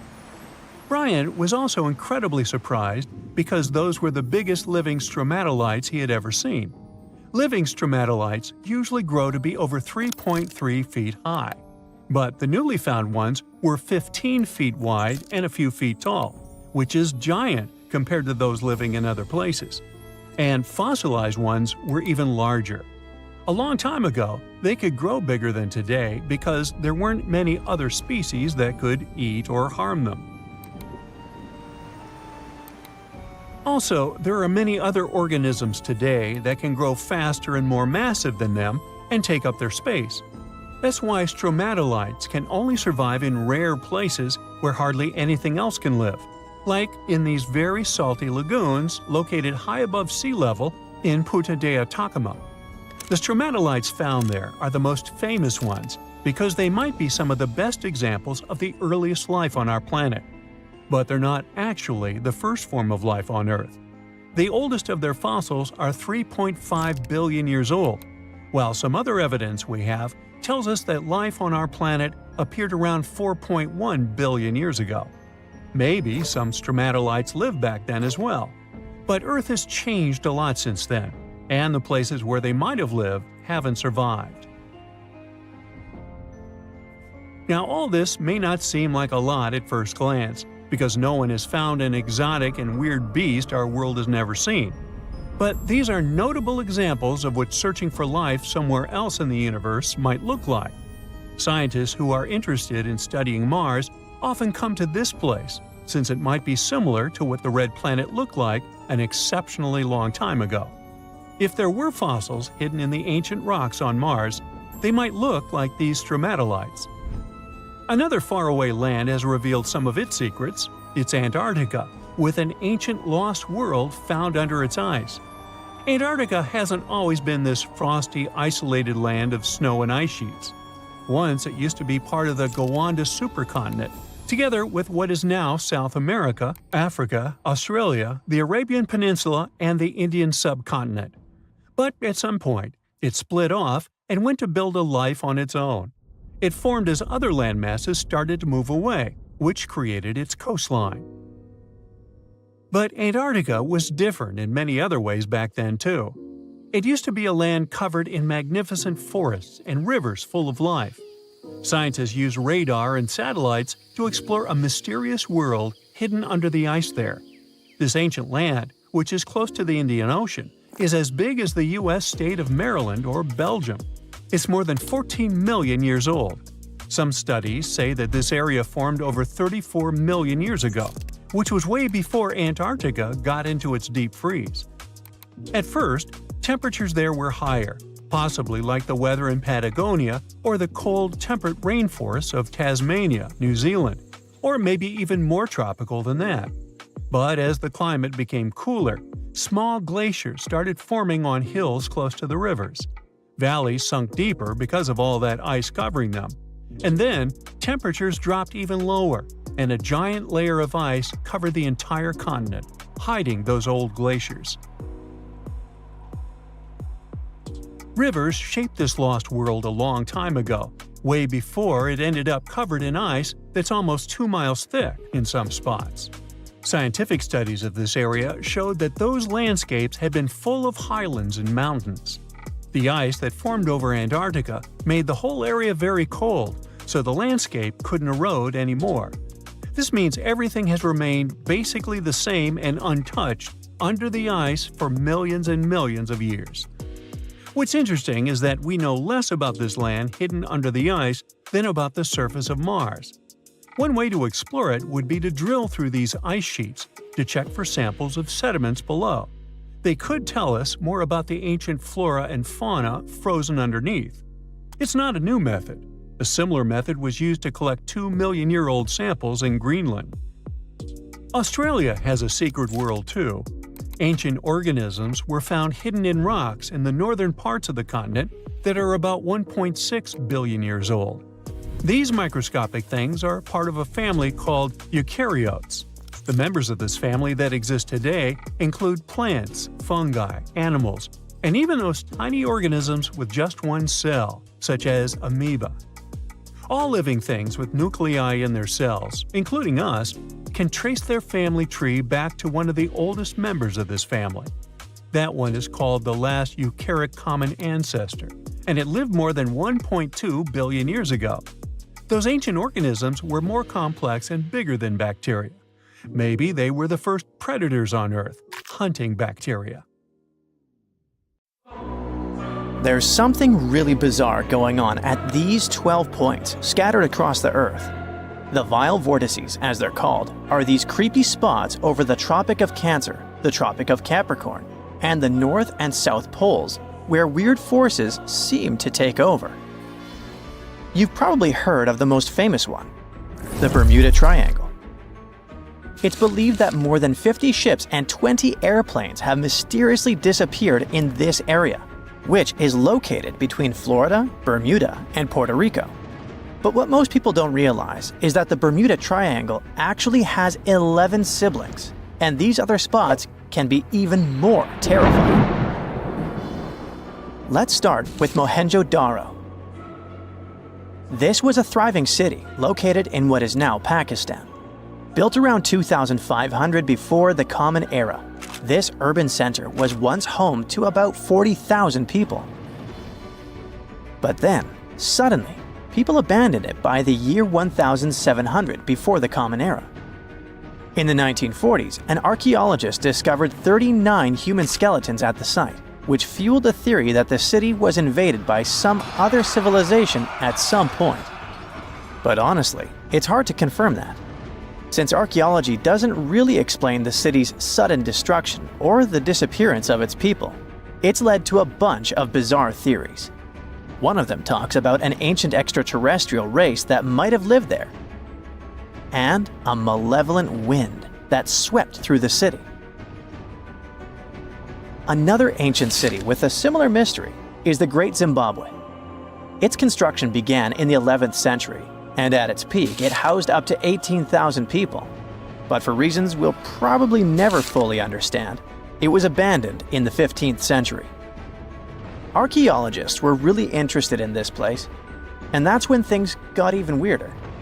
They found 8 of these birds, now called the Zimbabwe birds. These soapstone sculptures were found sitting on stone columns that were over 90 centimeters tall. Nothing like them has ever been found anywhere else, and their meaning is still a total mystery. Some think each bird represents a new king, but other theories suggest they were ancient animals very dear to the people who lived there. Adding to the mystery, local legends talk about a strange, short man who's sometimes seen wandering around, but he always disappears before anyone can get close. Then there's Easter Island, another one of the 12 Vile vortices. It's located in the eastern Pacific Ocean, and it's famous for its nearly 1,000 enormous statues called moai. We still don't know what they mean, or how they were made. Some of them are almost 30 feet tall and weigh as much as 80 tons. Today, it wouldn't be that tough to move and carve these statues, but we're talking about a period between the years 1100 and 1680. So nobody really knows how they did it. Some specialists believe these statues were carried across the island, while others think they were pushed on log rollers. But the most bizarre theories suggest extraterrestrials were involved. Algeria is another land rich in ancient mysteries, and one of the most fascinating is something called the Djedars. These are 13 monuments with square stone bases and angular mounds, built between the 4th and 7th centuries. But the weird part is, no one knows their purpose. One of them had an inscription in Latin, but it was so worn down that the message was nearly impossible to read. The best guess so far is that these monuments were probably tombs for royalty, although no one knows exactly who was supposed to be buried there. What we do know is that there are many myths related to strange disappearances in the region. The next mysterious spot is located south of Tokyo in the Pacific Ocean, and it's called the Dragon's Triangle. Does that name ring a bell? Yep. Just like the Bermuda Triangle, this area is known for strange disappearances of airplanes and ships. One of the most chilling stories dates back to 1945, when a plane allegedly vanished. The pilot supposedly sent a radio transmission right before the aircraft disappeared, claiming that something strange was happening in the sky, like it was opening up or something. While this story is definitely eerie, the truth behind it and many other Dragon's Triangle legends is still up for debate. If you type Hamakulia volcano into Google Earth, you'll find it located in Hawaii's Ring of Fire. But this place is so shrouded in mystery that it's hard to find much information about it. Some legends speak of unusual electrical energy being detected in the area, and there's even a story about an eyewitness who claimed to see a plane flying over it totally disappear from the radar. Another eerie spot is the South Atlantic Anomaly, which is an area on Earth where natural radiation flows out of control. While this doesn't affect our daily lives on the surface, it has a pretty big impact on Earth's atmosphere. The radiation there is so intense that it can knock out the onboard computers of spacecraft and interfere with the data collected by satellites passing through the area. To deal with this, specialists had to add an additional shield to the International Space Station. The South Atlantic Anomaly is also linked to a weird event that astronauts experience called cosmic ray visual phenomena. They've reported seeing random flashes of light or shooting stars out there in space, but it's all just some kind of illusion. From wild radiation to strange seismic activity. The Wharton Basin in the Indian Ocean is a place known for unusual tectonic events. In April of 2012, a massive earthquake measuring magnitude 8.6 hit the region. This was considered the largest intraplate earthquake ever recorded, meaning it happened within a tectonic plate rather than at its boundary. This caught the attention of scientists, who now speculate that the region might be forming a new boundary between the Australian and Indian plates. But for now, this is all still one big mystery. Now let's head to the Pacific Ocean. More specifically, to the New Hebrides Trench. This submarine trench is about 750 miles long and 45 miles wide. It formed when the Australian plate slid under the New Hebrides plate. There's no doubt that this is one of the creepiest and deepest spots in the ocean. The danger isn't just down in the deep sea either, as this trench has been connected to several earthquakes that affected New Caledonia and Vanuatu. This area also has some strange features. For example, when scientists explored it, they didn't find a single grenadier fish down there. This type of fish is one of the most common deep-sea creatures you would expect to see in trenches around the Pacific. So why aren't they around the New Hebrides Trench? Maybe they know something we don't. The two remaining vile vortices are the North and South Poles. These two are on the opposite ends of the planet, but they share one thing in common: strange disappearances.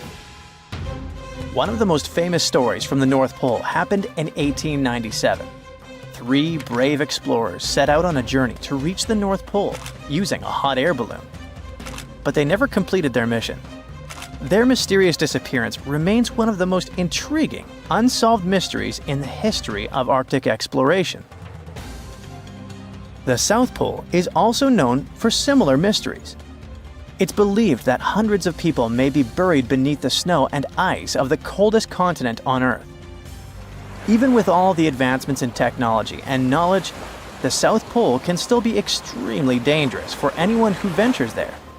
The temperatures can drop to almost minus 130 degrees Fahrenheit, and the winds can get up to 200 miles per hour. And that's definitely enough reason to stay away. Now that you're familiar with the 12 vile vortices, let me tell you something even stranger.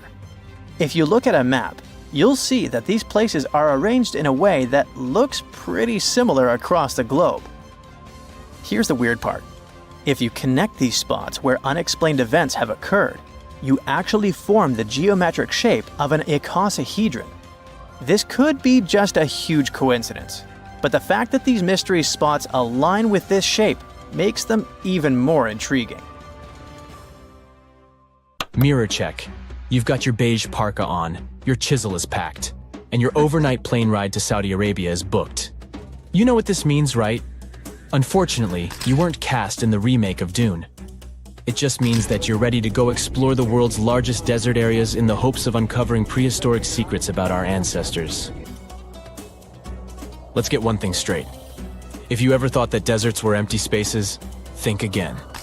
They might be filled with sand as far as the eye can see, but they also hold a lot of history, you know, because before humans settled down in cities and towns, we were nomadic people, and we traveled all around the globe looking for food, water, and shelter.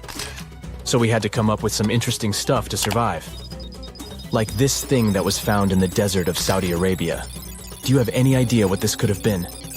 Over many years, scientists have discussed the origins and use of huge structures such as these ones. It seems our Neolithic ancestors were way smarter than we gave them credit for. They didn't spend all their hours around the fire carving weapons out of stone. No, they were also practicing their architectural skills. These huge stone structures are called desert kites, because if you look at them from a distance, well, they sort of look like kites. Archaeologists have arrived at the consensus that these kites were used to lure animals in. This way, it would make it easier for our ancestors to guarantee their week's food. But that's not all. Take a look at these monolithic structures right here. They show us that our ancestors probably drew on rocks, the blueprint of what they were going to build on the ground. Just like modern-day architects, desert kites could be miles long, so they drew out a plan before actually building them. The most surprising feature of all is that these kites were built even before things such as Stonehenge. We're talking around 7,000 to 9,000 years ago. Over the last decade, scientists have been able to identify over 6,000 desert kites spread across the Middle East and West and Central Asia. If you don't think this huge, try building something this large without the help of any drones. It looks like a pretty difficult feat to me. And apparently, Saudi Arabia's desert is filled with more amazing things. Scientists have found mysterious stone structures that are older than the pyramids of Giza in Egypt. So of course, you can't wait to go check that out. Can we all agree that carrying around heavy rocks to build a pyramid without the help of modern technology sounds absurd? I mean, how on earth did they do it? Now imagine turning back the clock about 2,000 years into the past and finding humans that built similar gigantic structures in isolated areas. Take a look at these so-called mustadils. They are rectangular structures built from piled-up stones, found over 77,000 square miles. Some archaeologists believe that these monuments were used for ritualistic purposes, maybe processions of some kind, where people would walk from one end of the plateau to the other. I'd be down for that. Now let's move on to another deserted area. We're entering the world-famous Sahara Desert landscape. Isn't it beautiful? Here, you're about to unravel an ancient mystery, something that took years for researchers to solve. Fun fact, the Sahara Desert is the world's largest hot desert. It spans over 3 million square miles, which would be like putting 1,000 times the country of Hawaii next to each other. We say it's the largest hot desert because the world's largest desert area is Antarctica. But we all know temperatures over there are freezing, not the typical image of when we think of a desert. Deep into the desert, near the Algerian town of Fougeret et Zoua, something strange was found. For decades, these tiny dots appeared on images of Google Earth, but nobody could explain what they were. Some scientists were sure that these circles are the result of oil activity in the region. Others guessed that these were ancient fogeras or ancient water wells. There are dozens of them, stretching for miles and miles in a straight line. The strange thing is that they are always far away from any town, road, or human activity in general. So what was or is their purpose? If you had to take a guess, what would you say? Remember we talked about how our ancestors had to be creative in order to survive in the desert? Let's try to walk in their shoes for a minute. Imagine you're a nomadic hunter-gatherer living in a desert area. You spend your days basking in the hot sun, trying to count all the grains of sand around you. But you also need to eat and drink water. But how on earth do you get water in a desert? Sure, you can hope to keep running into oasis every week or so, but that seems a bit risky, doesn't it? That's why North African people invented the so-called fogeras. The fogeras are a 2,500-year-old irrigation system. Locals would dig deep wells in elevated areas, wells deep enough to tap into underground water. Then, they would dig parallel shafts at regular distances. This way, the water would flow from the main well down into all the shafts and irrigate entire areas. Travelers could stop by the shafts and quench their thirst. They could also raise livestock and tend to crops. Pretty clever, huh? As much as these holes did look like fogaras, a little bit of research would show you that they're not. You see, these shafts were built in a line, and not in a circular shape like the ones we're looking at now. So maybe it has something to do with the second option? Maybe these desert holes were related to oil activity in the region? Let's have a look at the holes up close and personal. From Google Earth, they don't seem that big, but in real life, they are huge craters. The tip to uncovering what they are is hidden beneath the sand. If you were one of the researchers originally uncovering the truth behind this mystery, you would have found something unique hidden in the sand. Old dynamites and vintage sardine cans. Putting the pieces of the puzzle together, scientists found that these sardine cans were a model from the 1950s and 1960s. It seems that entire teams from that decade would camp out while they surveyed the area for oil. And what about the dynamites? These were used for seismic surveying. This is an old technique, used to identify if there is oil and gas beneath the Earth's surface. Still in North Africa, you find out about another desert mystery worth exploring. Near the city of Tiaret, southwest of Algeria's capital, one runs into 13 peculiar monuments.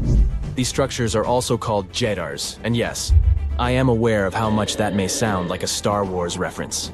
They are pyramid-like in their shapes, and as far as scientists know, they were used as final resting places for the people who lived in the region. Can you guess who these were? Most likely the Berber nomads. And since we're talking about ancient stuff, They were probably built between the 4th and 7th centuries CE. Once scientists began to explore the insides of these monuments, they found they were pretty big inside. They found large underground vaults, chambers, and labyrinth-like corridors that gave way to over 20 compartments. It could take you up to 2 hours to walk around in them, and apparently our ancestors also used its walls to depict images of animals and hunting scenes. There's no definite proof of what these jadars were used for, though. This is so neat, huh? I'm sure that our world's desert is filled with many more mysterious things for us to unravel. I guess I'll see you next time so that we can continue our explorations. In a frosty Canadian park, hidden deep beneath layers of thick ice, scientists discovered a bizarre skeleton they named the Frozen Dragon. The skeleton had been in the frozen ice for millions of years. It took experts decades to work out the species of this strange fossil. It was identified as a new genus of pterosaur. Pterosaurs were massive flying reptiles with wingspans of over 16 feet. Their heads were 3.5 times the size of their bodies. Pterosaurs lived 76 million years ago when they soared above the dinosaurs. Scientists described them as the biggest, meanest, and most bizarre animals that ever flew. The new genus has been named Cryodragon boreas, which translates to Frozen Dragon of the North Winds. In 2013, a young mountaineer was climbing one of the tallest mountains in Western Europe, Mont Blanc. He noticed a strange metal box poking out of the snow. The mountaineer pried the box open and found that it was filled with precious rubies, emeralds, and sapphires. The climber immediately handed the box to the authorities. It was discovered that the box likely belonged to a passenger on one of 2 flights from India that crashed into the mountain over 50 years ago. The box was valued to be worth over $200,000, and authorities are still searching for the heir to the small box of treasures. In northwest Siberia in 2007, a reindeer herder was on an outing with his sons when he noticed something strange in the ice. The man realized it was a frozen mammoth calf and immediately contacted the local museum. The calf was named Luba and was the best preserved mammoth mummy in the world at the time of its discovery. Luba had been in the ice for 41,800 years and is around 30 to 35 days old. From trunk to tail, the mammoth calf is roughly the same size as a large calf. If you're interested in seeing for yourself, Luba travels to museums all around the world. On the frozen continent of Antarctica, covered in layers of ice and snow, is Mount Erebus, the frozen volcano. The volcano was discovered in the middle of an eruption in 1841 by explorers on an Arctic expedition. The volcano is over 12,000 feet tall and has been active for the last 1.3 million years. Deep within the middle of the volcano is a huge crater filled with large volumes of molten lava. The volcano has occasional explosions, which means it's classified as being in continuing eruption. However, these eruptions are nothing to worry about because they're generally rather small. Back in 1991, 2 hikers were traveling across the Italian Alps when they stumbled across a body that they presumed to belong to a recently lost hiker. The duo trudged back down the mountain to report their unfortunate findings. Once the remains were recovered, it was clear that the body was not recent at all. Scientists determined that the Iceman was more than 5,000 years old and named him Otzi. The discovery was unlike anything scientists had ever before seen because the body was so well preserved. For years, Otzi was studied by scientists who discovered that our ancestors have a lot more in common with us than we ever knew before. Otzi was covered in ink body art. Research done on the contents of his stomach revealed that his last meal was dry-cured meat, similar to the bacon we eat today. Otzi has at least 19 relatives living today, somewhere in Central Europe. Scientists were researching ancient squirrel burrows in Siberia when they came across something interesting. One of the squirrels had hidden away precious seeds deep beneath the ground. The seeds had been encased in ice for 32,000 years. The seeds were for the flower Silene stenophilia, which had long since gone extinct. Amazingly, scientists were able to recover plant tissue from inside the seeds and grow an entire crop of flowers. They've since reintroduced the previously extinct flower to natural habitats all across the world. In 1930, a team of Norwegian scientists sailed around the Arctic Ocean, conducting research on the seas and glaciers. They reached White Island, a dangerous and icy land no human had set foot on before, or so they thought.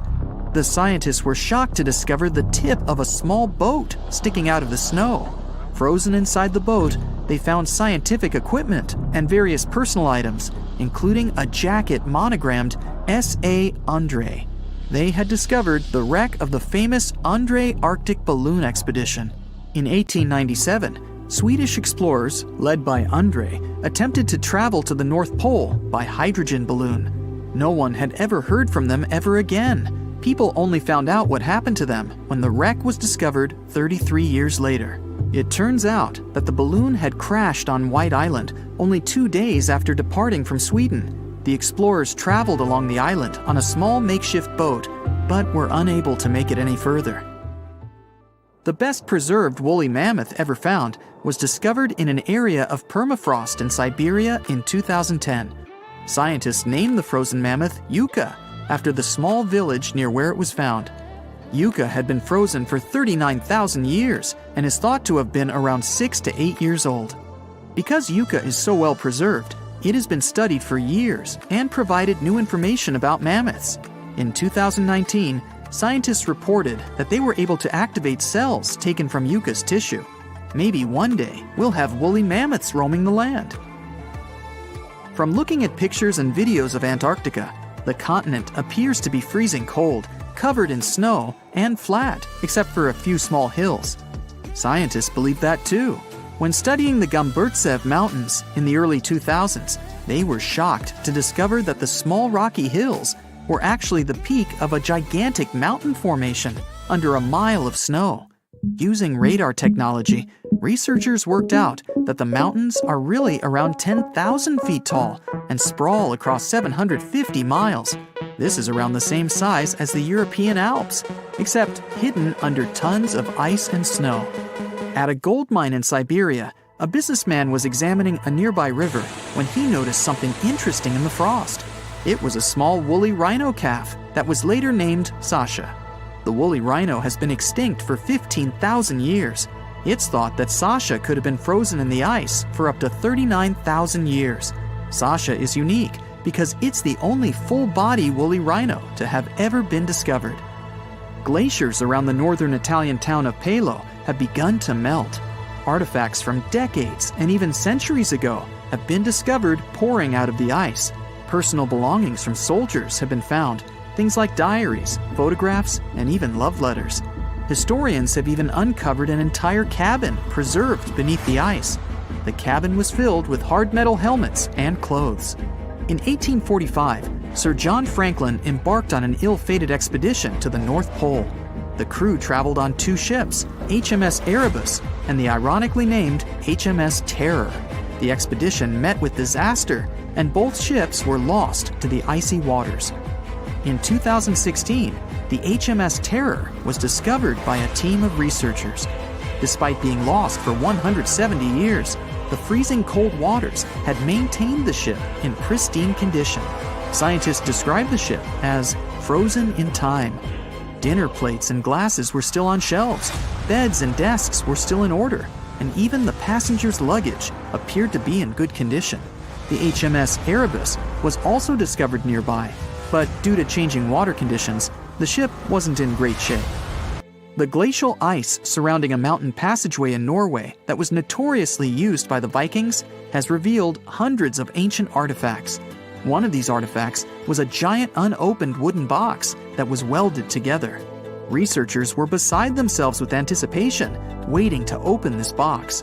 They believed it would be filled with Viking treasures or artifacts that would give us an insight into ancient society. When they opened the box, all that was inside was a plain old beeswax candle. It turns out that this box wasn't actually as old as they thought it was. By analyzing the candle, they discovered that the box dates back to the 17th century. The age of the Vikings had ended by the 11th century, It's likely that the candle box belonged to a farmer who was shipping it from his summer farm to his winter farm to light up the long nights. There once was a kingdom where the ancient Egyptians traveled to buy gifts for pharaohs, sort of like an ancient shopping mall. This kingdom, named the Land of Punt, was rich in luxury goods, including gold, aromatic resins, blackwood, ebony, ivory, and exotic animals like leopards and baboons. All of these sound like great gift ideas to me. The Land of Punt was an especially important trading partner for Egypt for over 1,000 years. But if you plan to go there, the bad news is that it hasn't survived to these days, and nobody knows for sure exactly where Punt was located. We only know about it from records. The most famous of them were left on the walls of the temple of Queen Hatshepsut, who had sent an expedition to Punt. Scientists have been trying to find the exact location of this rich land for over 150 years. It could have been southeast of Egypt, in a coastal region south of it along the Red Sea, Gulf of Aden, and the Indian Ocean, or it could have covered the Horn of Africa and the area across the sea in southern Arabia. Now researchers were finally able to narrow down the possible locations thanks to a study of baboon mummies. Ancient Egyptians admired baboons and even thought they were related to the deity of the moon and wisdom. One species, the sacred baboon, was often shown in wall paintings, sitting with its tail curled to the right, and was mummified in this position. Another type, the olive baboon, was wrapped up in one giant cocoon. Both types were found in the tombs of the Valley of the Kings. But if you remember geography lessons, baboons just don't wander around Egypt, so they must have been brought there through trade with other regions. Primatologists, Egyptologists, geographers, and geochemists look at the mummified baboons from two different time periods in ancient Egypt. Some were from the New Kingdom period, and others were from the Ptolemaic period. The scientists did some more hard work and analyzed tissues from 155 baboons from 75 separate places in eastern Africa and southern Arabia. Those were all areas that they thought could be the ancient Land of Punt. They measured oxygen and strontium in the baboons' bodies. When animals drink water and eat plants, their teeth, hair, and bones show a geographic signature of where they've lived, thanks to these elements they contain. Scientists use a special method called isotopic mapping and found out that the New Kingdom baboons they analyzed came from a location in Eritrea, Ethiopia, or Somalia. 5 mummified baboons from the Ptolemaic period had strontium levels that matched those found in Egypt. So ancient Egyptians might have had a special place to breed and keep baboons, probably in Memphis, a city in Lower Egypt, not Tennessee. Meanwhile, paleontologists from New Zealand got lucky, as some boulders had split open from the tide and revealed fossils of the largest penguin that has ever lived on Earth. The scientists used laser scanners to make 3D models of the ancient penguin bones. They compared these bones to the flipper size of modern penguins and did some math as to how much the old penguins might have weighed. Today, the biggest penguins, emperor penguins, weigh between 55 to 100 pounds. Researchers think that the penguins from the past that they found weighed around 340 pounds, real giants in the penguin world. These huge flightless birds lived in the oceans around New Zealand more than 50 million years ago, after the dinosaurs went extinct. They totally took advantage of their big bodies to stay warm in the cold water. They might have even traveled the world thanks to it. And they'd scare off any predators, but they didn't have any. The asteroid that took down the dinosaurs also got rid of most big marine reptiles, and the ancestors of seals and whales were still living on land. Back in 1992, 4 farmers in China were draining water from their ponds and accidentally bumped into a ship full of gold and ancient statues worth millions. Just kidding, they actually found the Longgu Caves. Those are 24 big caves created by people a long, long time ago. Even though they are so large and well-made, no one knows who built them, why they were built, or how they were built. Experts think the caves are at least 2,000 years old, but they don't understand why these caves aren't mentioned in any historical records. All of the Longyu caverns look the same and aren't connected to each other. Each cave has one entrance connected to a vertical shaft with a carved staircase. Rain and water from the surface can flow into the caves through these stairs. To manage this water, The caves have special grooves, channels, and a system to catch the water at the bottom. So it looks like the ancient builders were real pros when it came to drainage and water management. Maybe my town could learn a lesson from them, as it turns into Venice after every heavy shower. Anyway, the caverns were built below a hill, named after a bird that is one of the most respected creatures in Chinese mythology and culture. It symbolizes all the best things, like high virtue, grace, and the union of yin and yang. Scientists think there could be a connection between the caverns and the bird, but it's just a theory so far. Experts from the National Institute of Ocean Technology in India were doing their routine pollution surveys when they found some structures that looked like a city underwater. Using special sonar technology, the team found big geometric shapes on the ocean floor. They brought up different items from the site, like pottery, beads, sculptures, parts of walls, and even human bones and teeth. They thought the ruins belonged to a civilization older than the Bronze Age Indus Valley Civilization, which is the earliest urban culture of the Indian subcontinent that we know of so far. But not everyone joined in on celebrating this awesome discovery. Some archaeologists refused to believe it and thought it could be some computer tricks. And even when they saw hundreds of artifacts from the ocean floor, they said an ancient river could have brought them there from someplace else. The team that discovered the underwater site decided to prove they were right. They chose a piece of wood as their main evidence. They tested it and found it was 9,500 years old. That could be the age of the entire site. Skeptics still insist that we can't rewrite all human history because of one piece of wood. Even 23 years since the discovery, no one is sure about the final answer. This is partly because it's hard to explore the site. It's in extremely dangerous waters with strong currents and riptides. During the cool Antarctica's summer, from late November through January, geologists from the University of Wisconsin-Milwaukee climbed the frozen slopes of the McIntyre Promontory in the Transantarctic Mountains. High above the ice fields, they looked through the mountain's gray rocks for fossils from when the continent had green forests. By the end of their trip, the geologists found fossil pieces from 13 trees. These fossils show that the trees are over 260 million years old. This means the forest grew at the end of the Permian period before the first dinosaurs even appeared. More than 90% of all species on Earth disappeared back then, including the polar forests. These trees would have been very tough if they grew in Antarctica and could have survived. But a huge increase in gases like carbon dioxide and methane must have taken them down. This Antarctic forest is a terrific way for us to see what life was like before the extinction, and we might even understand what caused it. It also shows us how plants were different back then from those we are used to now.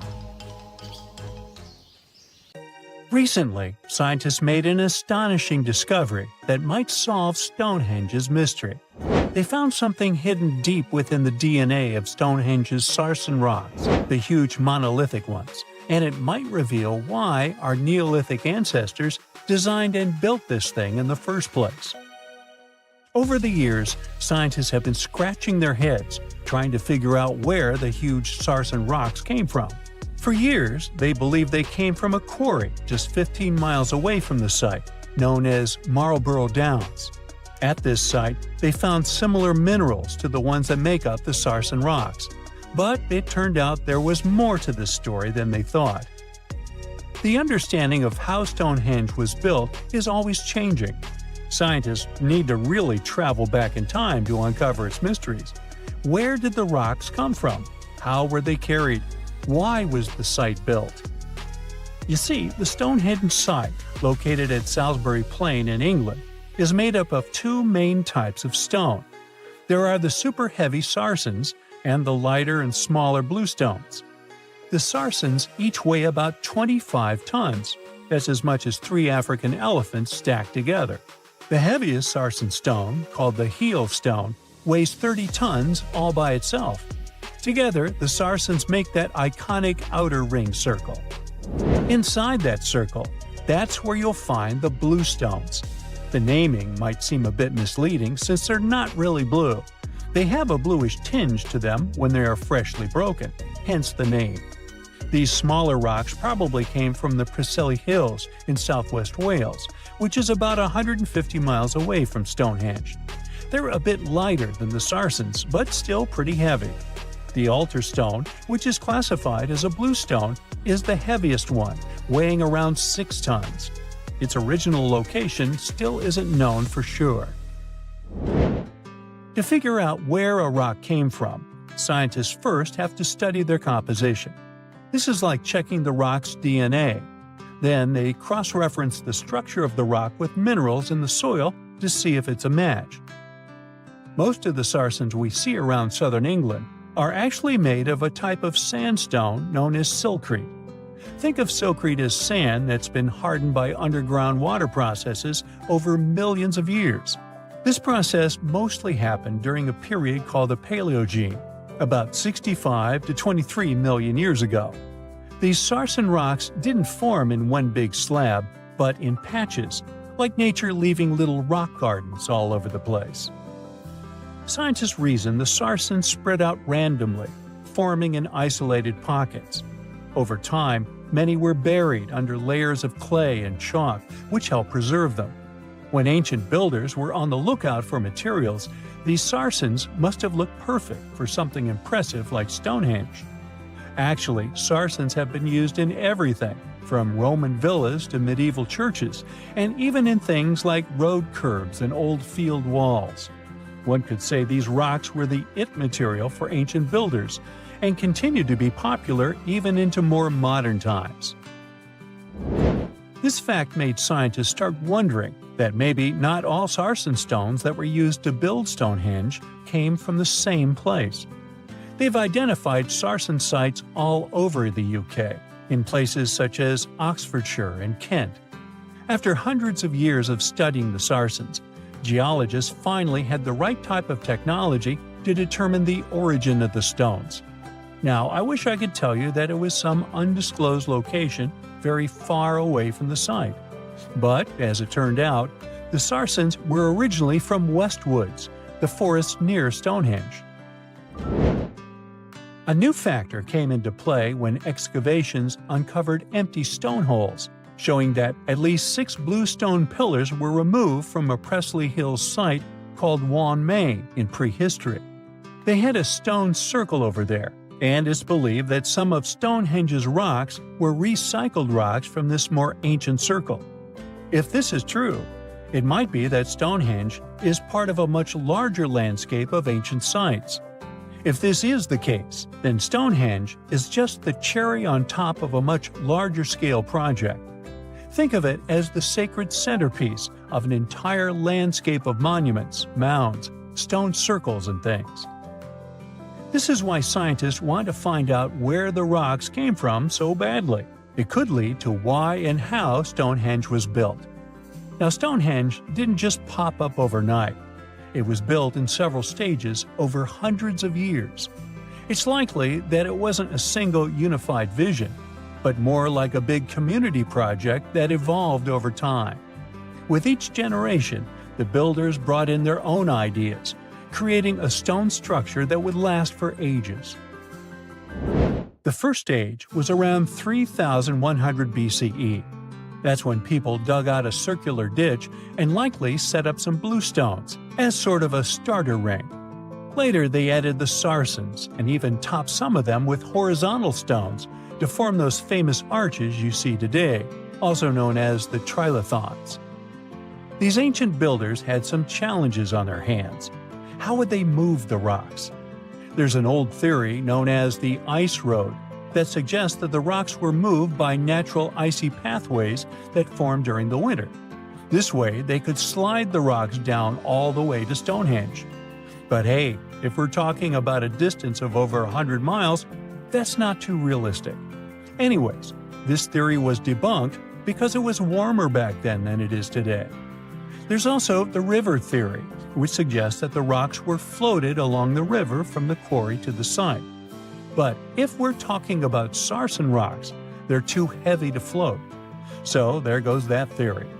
What we're saying is, no one knows how the rocks were moved. Another interesting science tidbit came from all the research done in Stonehenge. A recent laser survey of the stones revealed the different stone working methods used, and has shown that some of the parts of the monument were more carefully finished than others. In particular, the northeast side and the inner faces of the central trilithons were finely dressed. FYI, a trilithon is one of Stonehenge's most famous shapes. It's when two huge monoliths receive a third one on top of them, connecting the two together. This fancy word is simply Greek for having three stones. But anyways, the bigger question, and the reason Stonehenge is so famous, is why it was built in the first place. Theories are all over the place, and some sound like they're straight out of a sci-fi show. So here's a rundown of the most popular ideas. There's, of course, the solar calendar theory. This one supposes that the stones are aligned with the movements of the sun, especially during the summer and winter solstices. During the summer solstice, the sun rises to the left of the heel stone, that's the lone stone outside the main circle, lighting up the entire monument. Some say it's the ancient version of a calendar, marking the year's longest and shortest days. Some archaeologists think Stonehenge might have been an ancient healing center. Pieces of bluestone have been found chipped away, possibly by people who believed they had healing powers. The theory goes that people traveled from all over to come to Stonehenge in hopes of a cure for whatever was ailing them. There's also some speculation that Stonehenge was the place to be. Think of it as an ancient gathering spot. Some evidence suggests that communities from distant areas traveled to Stonehenge for gatherings, feasts, and ceremonies. Studies of bones found near the site show they came from all over Britain, making it a sort of prehistoric meetup location. In November 1922, a boy walked through the desert mountains of Egypt and discovered some ancient steps carved into the rock. Subsequently, this find became one of the world's largest and most significant archaeological discoveries. This step was part of Tutankhamun's untouched tomb. Archaeologists found about 5,000 ancient objects, including jewelry, fabrics, painted vases, and funeral masks. You've probably seen one of them. It has become one of the most recognizable attributes of ancient Egypt. More than 100 years have passed since then, and now humanity has finally become close to another large-scale discovery, the tomb of Cleopatra. This queen was the last active ruler of the Ptolemaic Kingdom of Egypt, who sat on the throne from 51 to 30 BCE. There are many ancient records about Cleopatra, her reign, and her unusual personality, but until now, no one has discovered the secrets about her passing away in the burial place. So, one archaeologist, Dr. Kathleen Martinez, has been studying ancient records and temples around Alexandria for decades, and concluded that the tomb of the queen should be located under the ancient city of Taposiris Magna, founded in 280 BCE. It was a big city on the northern coast of Egypt, where tens of thousands of people were engaged in trade and industry, and it seems that Dr. Martinez's guesses turned out to be correct. She and a group of archaeologists have discovered a secret underground tunnel near Alexandria, with a length of about 0.8 miles. It was cut into the rock under Taposiris Magna's temple. During further excavations, they found many things that indicate Cleopatra's tomb lies in the tunnel's depths. It's also possible that she is buried there together with the Roman commander, Mark Antony. According to ancient records, Cleopatra and Mark Antony loved each other and together opposed the Roman Senate, which declared Antony a traitor. The fact that natural disasters have occurred on the territory of Taposiris Magna for thousands of years can complicate the excavations. Earthquakes and floods destroyed the city and possibly flooded its underground tunnels. But archaeologists hope the ancient tomb remains untouched, and that it hides many treasures and records about the royal life of ancient Egypt during the reign of the last dynasty. There's a chance that excavations will go underwater and in the mud. This will require much time and funding, but archaeologists are sure it's worth it. Anyway, it's too early to say that Cleopatra is really buried there. but scientists have found many things in the tunnel that confirm this, including clay pots, dozens of coins with the image of Cleopatra and Alexander the Great, as well as a bust with the image of the Egyptian queen. Cleopatra is still one of the most popular personalities in Egypt, on an equal footing with Ramesses III and Tutankhamun. She inspired many films, paintings, and books, but what made her so popular? She became famous for her inconsistency. She was a beautiful, intelligent ruler who pulled Egypt out of the crisis and made it a prosperous power. Medieval Arabic texts say she knew chemistry, mathematics, and philosophy, and may have written several scientific books. She knew several languages and had excellent diplomatic skills. At the same time, there are many legends that she was a femme fatale who drove many men crazy. However, there's no evidence that her beauty was incomparable. The image of a stunning model was created by Hollywood when it made several films where famous actresses performed the role of Cleopatra. And the Roman Emperor Octavian, the adopted son of Julius Caesar, specially created the image of Cleopatra as an insidious seductress because he was her enemy. Even though she was born in Egypt, Cleopatra wasn't an Egyptian. Her ancestors were Greeks, among whom was one of the generals of Alexander the Great. However, the people of Egypt loved her. She learned the language and was very sensitive to the traditions of this country. She knew the history, mentality, and customs of ancient Egypt well. She raised the level of its economy and strengthened its status as a world power. Much of this was made possible thanks to her cunning and impressiveness. She loved theatrical performances and lavish celebrations. She knew how to surprise people and put on a show. But behind the exterior image of a luxury lover was an intelligent and calculating ruler. Ancient Egypt was a rich, luxurious country, and Cleopatra did everything to increase its wealth and strengthen its position in the international arena. For example, she was once in conflict with her brother Ptolemy XIII Odd. The queen knew that she wouldn't be able to resist him, so she decided to attract Julius Caesar to their side.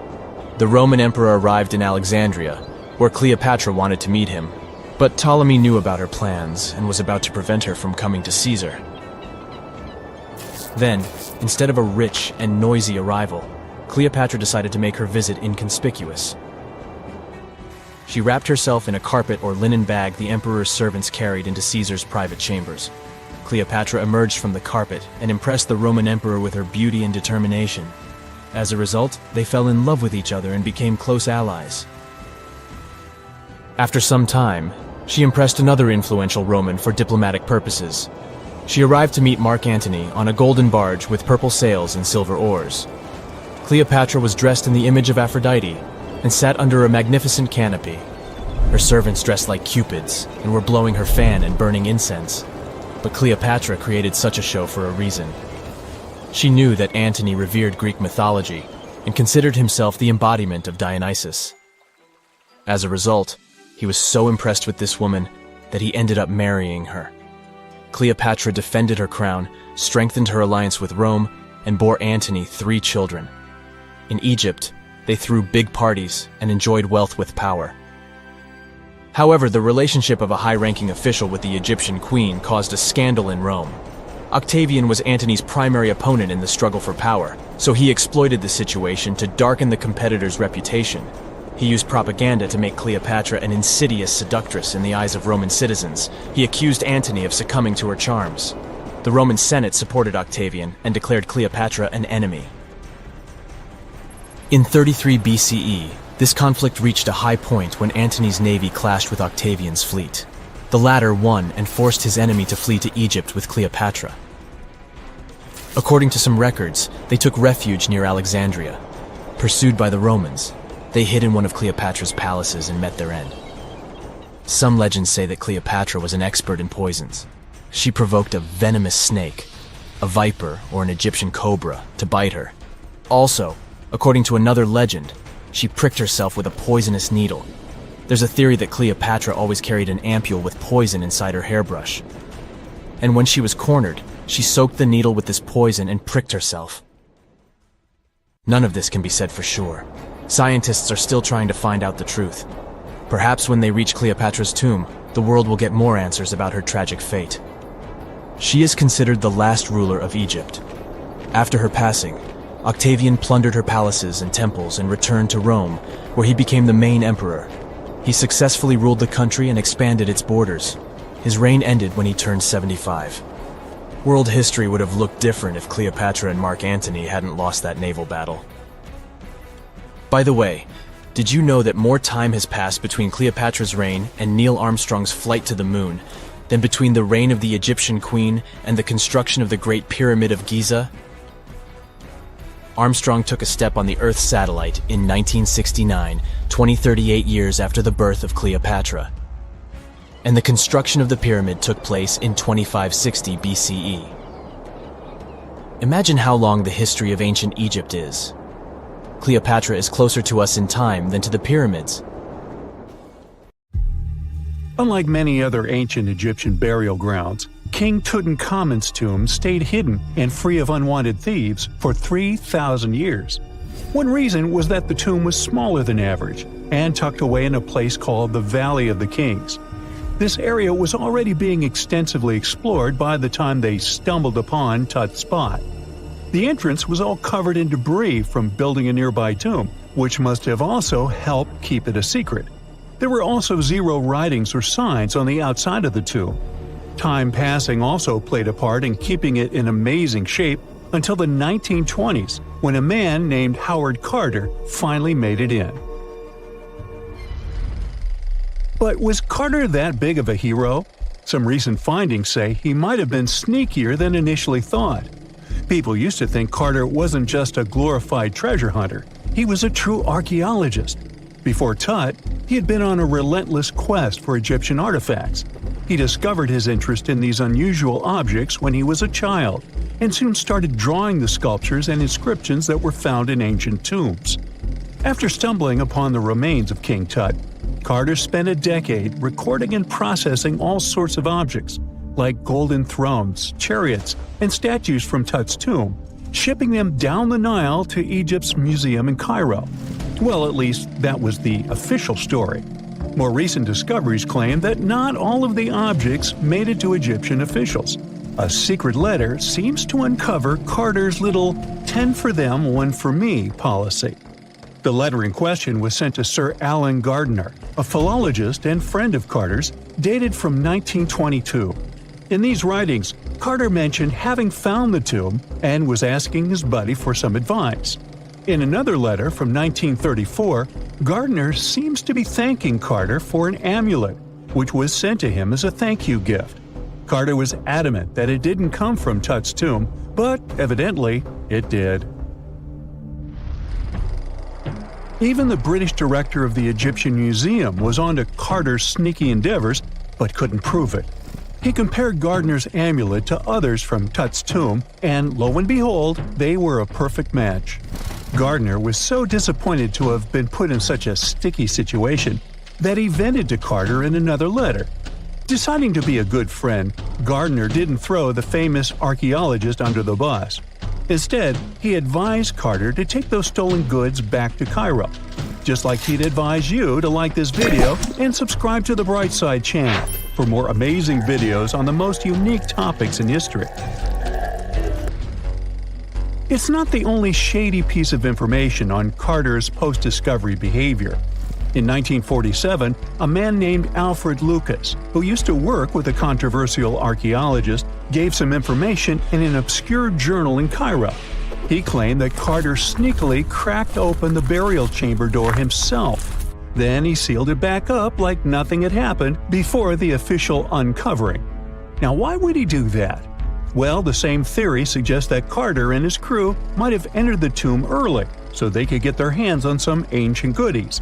Obviously, these people couldn't risk having such objects sold while they were still alive, but made sure they were auctioned off after they passed. Carter, though, never confessed to anything. He made no official denial either, but the Egyptian government couldn't risk any more mysterious disappearances, so they prohibited him from entering the tomb for a while. Some have connected this apparent stealing to the curse of King Tut. If you've never heard of it, know that it became quite the scary tale, soon after King Tutankhamun's resting place was uncovered. It claimed that anyone messing with the tomb of the boy pharaoh would face some serious bad luck. It's not all dramatic like a mummy going on an aggressive spree, but word got out that the people involved in disturbing King Tut's lair met some mysterious, untimely ends. The main untimely passing related to this supposed curse is that of George Herbert, the 5th Earl of Carnarvon. He was this British aristocrat who helped fund the search for the tomb. He passed away just a year after the tomb was opened. Now, people love to call it mysterious, but it turns out that Herbert was already in pretty bad shape health-wise when he got to Cairo, and he ended up getting taken down by a regular disease. Now, let's talk numbers. There were a lot of people linked to this tomb opening: security guards, archaeologists, and supporting staff. And sure, a few of them did pass not long after the tomb started receiving visitors. As much as we'd like this curse to be true for the sake of, good storytelling, statistically, if you have a bunch of people connected to opening a tomb, you'd expect some passings just by random chance. The average lifespan for those supposedly targeted by the ancient curse was more than 20 years after the spell was supposed to kick in. Herbert's daughter even lived until the 1980s, that's half a century later. And Howard Carter himself lived until 1935, a solid 16 years after the big reveal. Some have suggested that the whole curse was nothing more than a careful PR strategy. You see, when Tut's tomb was found, Howard Carter wanted to make a priority out of keeping nosy reporters away. So he might have come up with a curse hanging over anyone entering the boy king's resting place. But what was stolen from King Tut's tomb anyway? Well, some jewelry to begin with. It might have been snatched by Howard Carter himself, according to a French specialist. He did some intensive research by looking at old pictures taken from inside the tomb back in the 1920s. He compared those images to various objects from museums and auction houses. He soon started to piece together the whereabouts of some of Tut's jewelry. First up, there's this collar that used to be on Tut's chest. It was all broken into pieces, and some parts went via Carter to the Nelson Atkins Museum in Missouri. Meanwhile, other bits ended up on a necklace owned by some unnamed people who tried to sell it in 2015 but failed. Even the Nelson Atkins Museum agrees, as they've confirmed the information on their website. Then there's a headdress piece. Some beads from it that once belonged to Tut apparently got stolen by Carter too. They were also strung into a necklace and are now being held at the St. Louis Art Museum. Another fancy collar made out of glazed ceramic magic spent some time at the Met, far away in New York. Thankfully, it was sent back to Egypt a bit over a decade ago. This seems to have been, as you'd expect by now, also stolen by Carter. Missing artifacts aside, King Tut still gave a ton of amazing objects that helped us learn more about this incredible ancient culture. Starting with the famous burial mask. It's this massive 21-inch gold art piece with semi-precious stones and glass paste. It weighs 22 pounds and showcases the boy pharaoh with a long beard and a headdress with a cobra and vulture. On the back, there's this spell from an important ancient Egyptian spiritual book that's supposed to make sure it works just as well in the afterlife. Tut was also apparently a board game enthusiast. They found 4 board games in his tomb, some made of ivory. Archaeologists also found a pair of gold sandals, though you'd imagine they were more for show than for comfort. In fact, the pharaoh probably never wore them in his lifetime. Now, speaking of fashion items, it turns out Tut was quite the fancy ruler. They even found a mannequin in his tomb that was used to pick out, adjust, and store his outfits and jewelry. The boy king seemed to have also enjoyed some music, based on the 2 trumpets historians found in his tomb. Though they were played back in 1935 in a BBC broadcast, the instruments are today considered too fragile to be maneuvered. The ancient city of Taposiris Magna is hidden on the northern coast of Egypt. These days it has very little of its former glory, but what lies beneath it may hold the secret to uncovering a famous mystery. that of Cleopatra, the most memorable Egyptian queen in history. The recently discovered tunnel is also known as a geometric miracle for its time. Excavations have uncovered a 43-foot-long structure below the ground, which is partially submerged in water. Its shape and construction technique are similar to that of the Eupalinos tunnel, another amazing ancient discovery. This one is located in Greece and was built by excavating simultaneously from 2 points, aiming to have them meet in the middle. The use of math and geometry to make this construction was astonishingly precise for those days, more so since it was built near a mountain. Archaeologists that have been working on the Taposiris Magna site since 2004 believe this tunnel may lead to the lost tomb of Cleopatra. The clues they found so far seem to back up this theory. For starters, the city and its temple were built by one of Cleopatra's ancestors, Ptolemy II. All the architecture seems to indicate it was dedicated to the ancient spirit Osiris and his queen Isis. Throughout her reign, Cleopatra did try to associate herself with Isis, so it may be no surprise she chose this location as her final resting place. Scientists have yet to pinpoint Cleopatra's tomb, but research continues with the help of modern technology. To study this location better, archaeologists have even used a special device called ground-penetrating radar. This tool allows us to analyze what lies beneath the ground without being intrusive. Since this tunnel is so old, research needs to be done very delicately. Seeing pictures of what's underground before you start digging is incredibly useful and has been done here since 2011. Finally discovering Cleopatra's tomb may help us piece together her story, especially what might have happened during the last portion of her life, which is still surrounded by mystery. We still don't know the exact cause of her passing.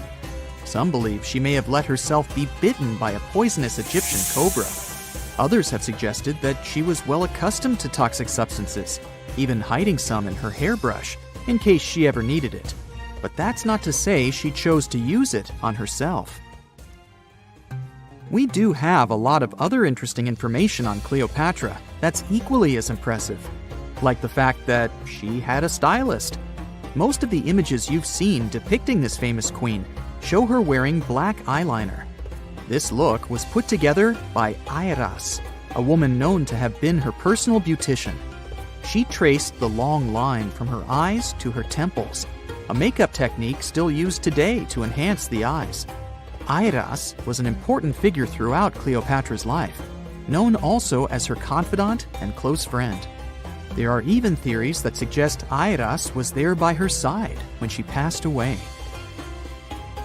Despite her well-thought-out looks, Cleopatra wasn't as pretty as she's described. Or at least, that's what recent research has pointed out. Sure, if we look at movies and modern imagery, she's depicted as this incredibly beautiful woman with symmetrical and delicate features. However, if we look at coins showcasing her image from back in the day, her looks are rather average. Her image on the coins might have been adjusted, too, to make the queen look stronger in the eyes of her people. So there is no trusted source available to confirm her image, but her description in most pieces of ancient literature speaks of her other qualities, like her voice and personality, not of her beauty. Cleopatra might have been the most famous Egyptian queen to this day, but she wasn't the first choice. She did have an older sister, Berenice, that was initially supposed to take the throne.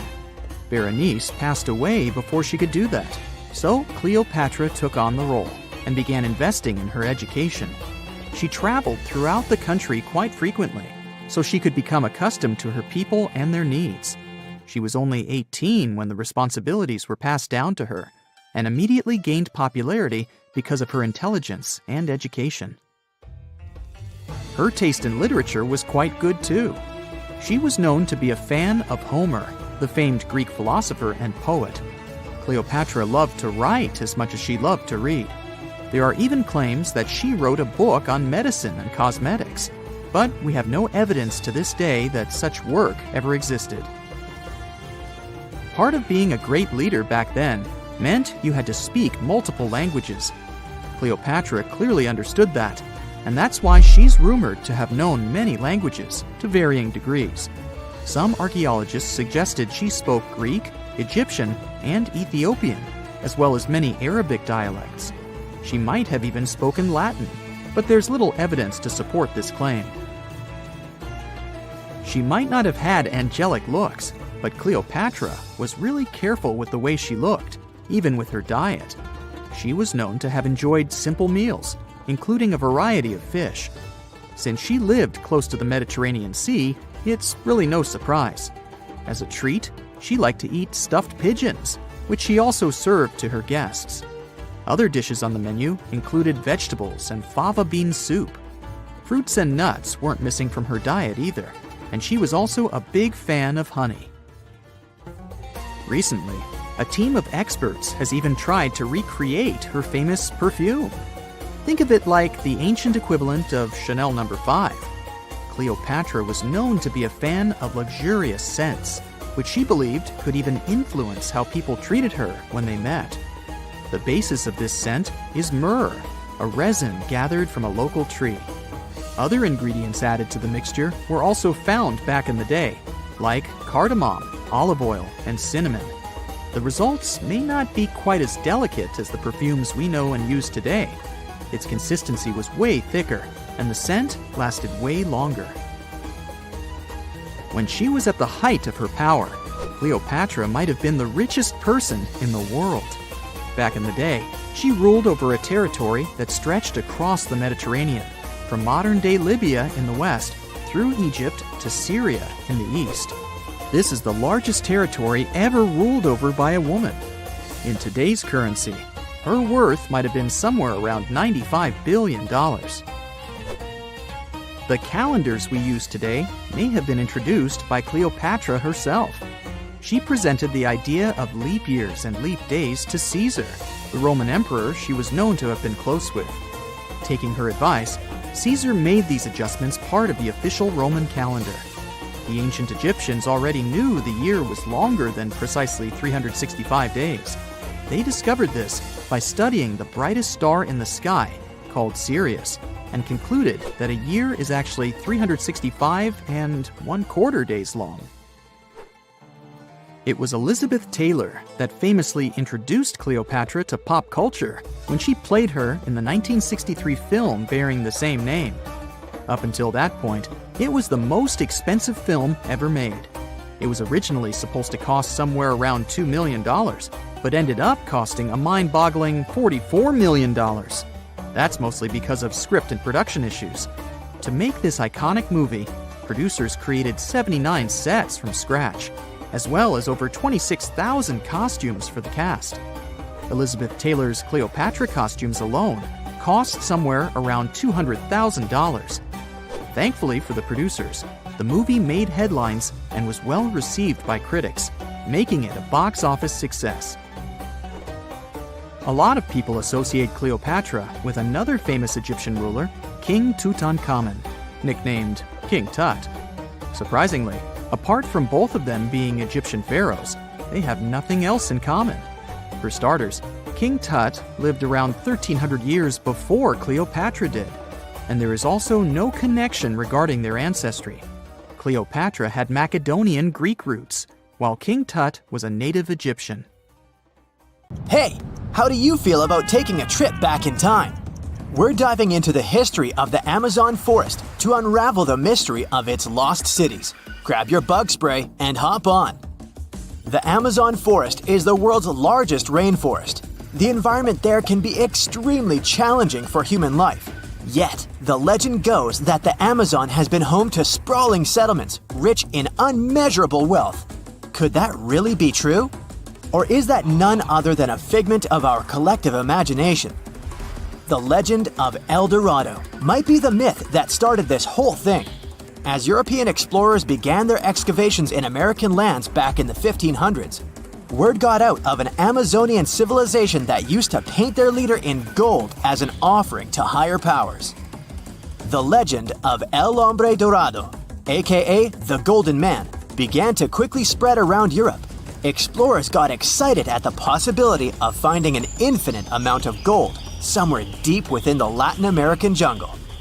And as you can imagine, expeditions to the continent began to multiply with each passing year. It didn't take long before explorers found this civilization. They were known as the Muisca people and were located in Colombia, near Lake Gudavia. The Muisca people had a tradition of painting their leader, aka the Zipa, from head to toe in gold. In a ceremonial gesture, the Zipa would swim into the river, spreading gold dust all over the lake. For the Muisca, this was their way of acknowledging and thanking the higher powers of the universe they believed in.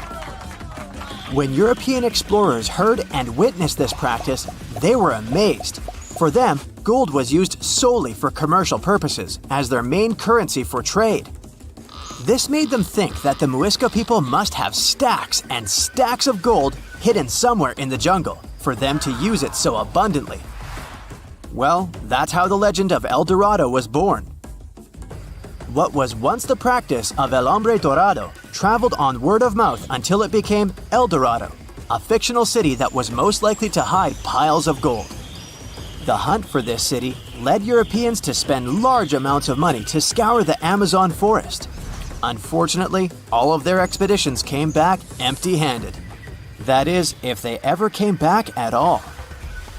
Now, jump to the beginning of the 1900s. In England, the Royal Geographic Society, a prestigious British institution, was looking for somebody willing to travel down to Latin America to trace the border between Brazil and Bolivia.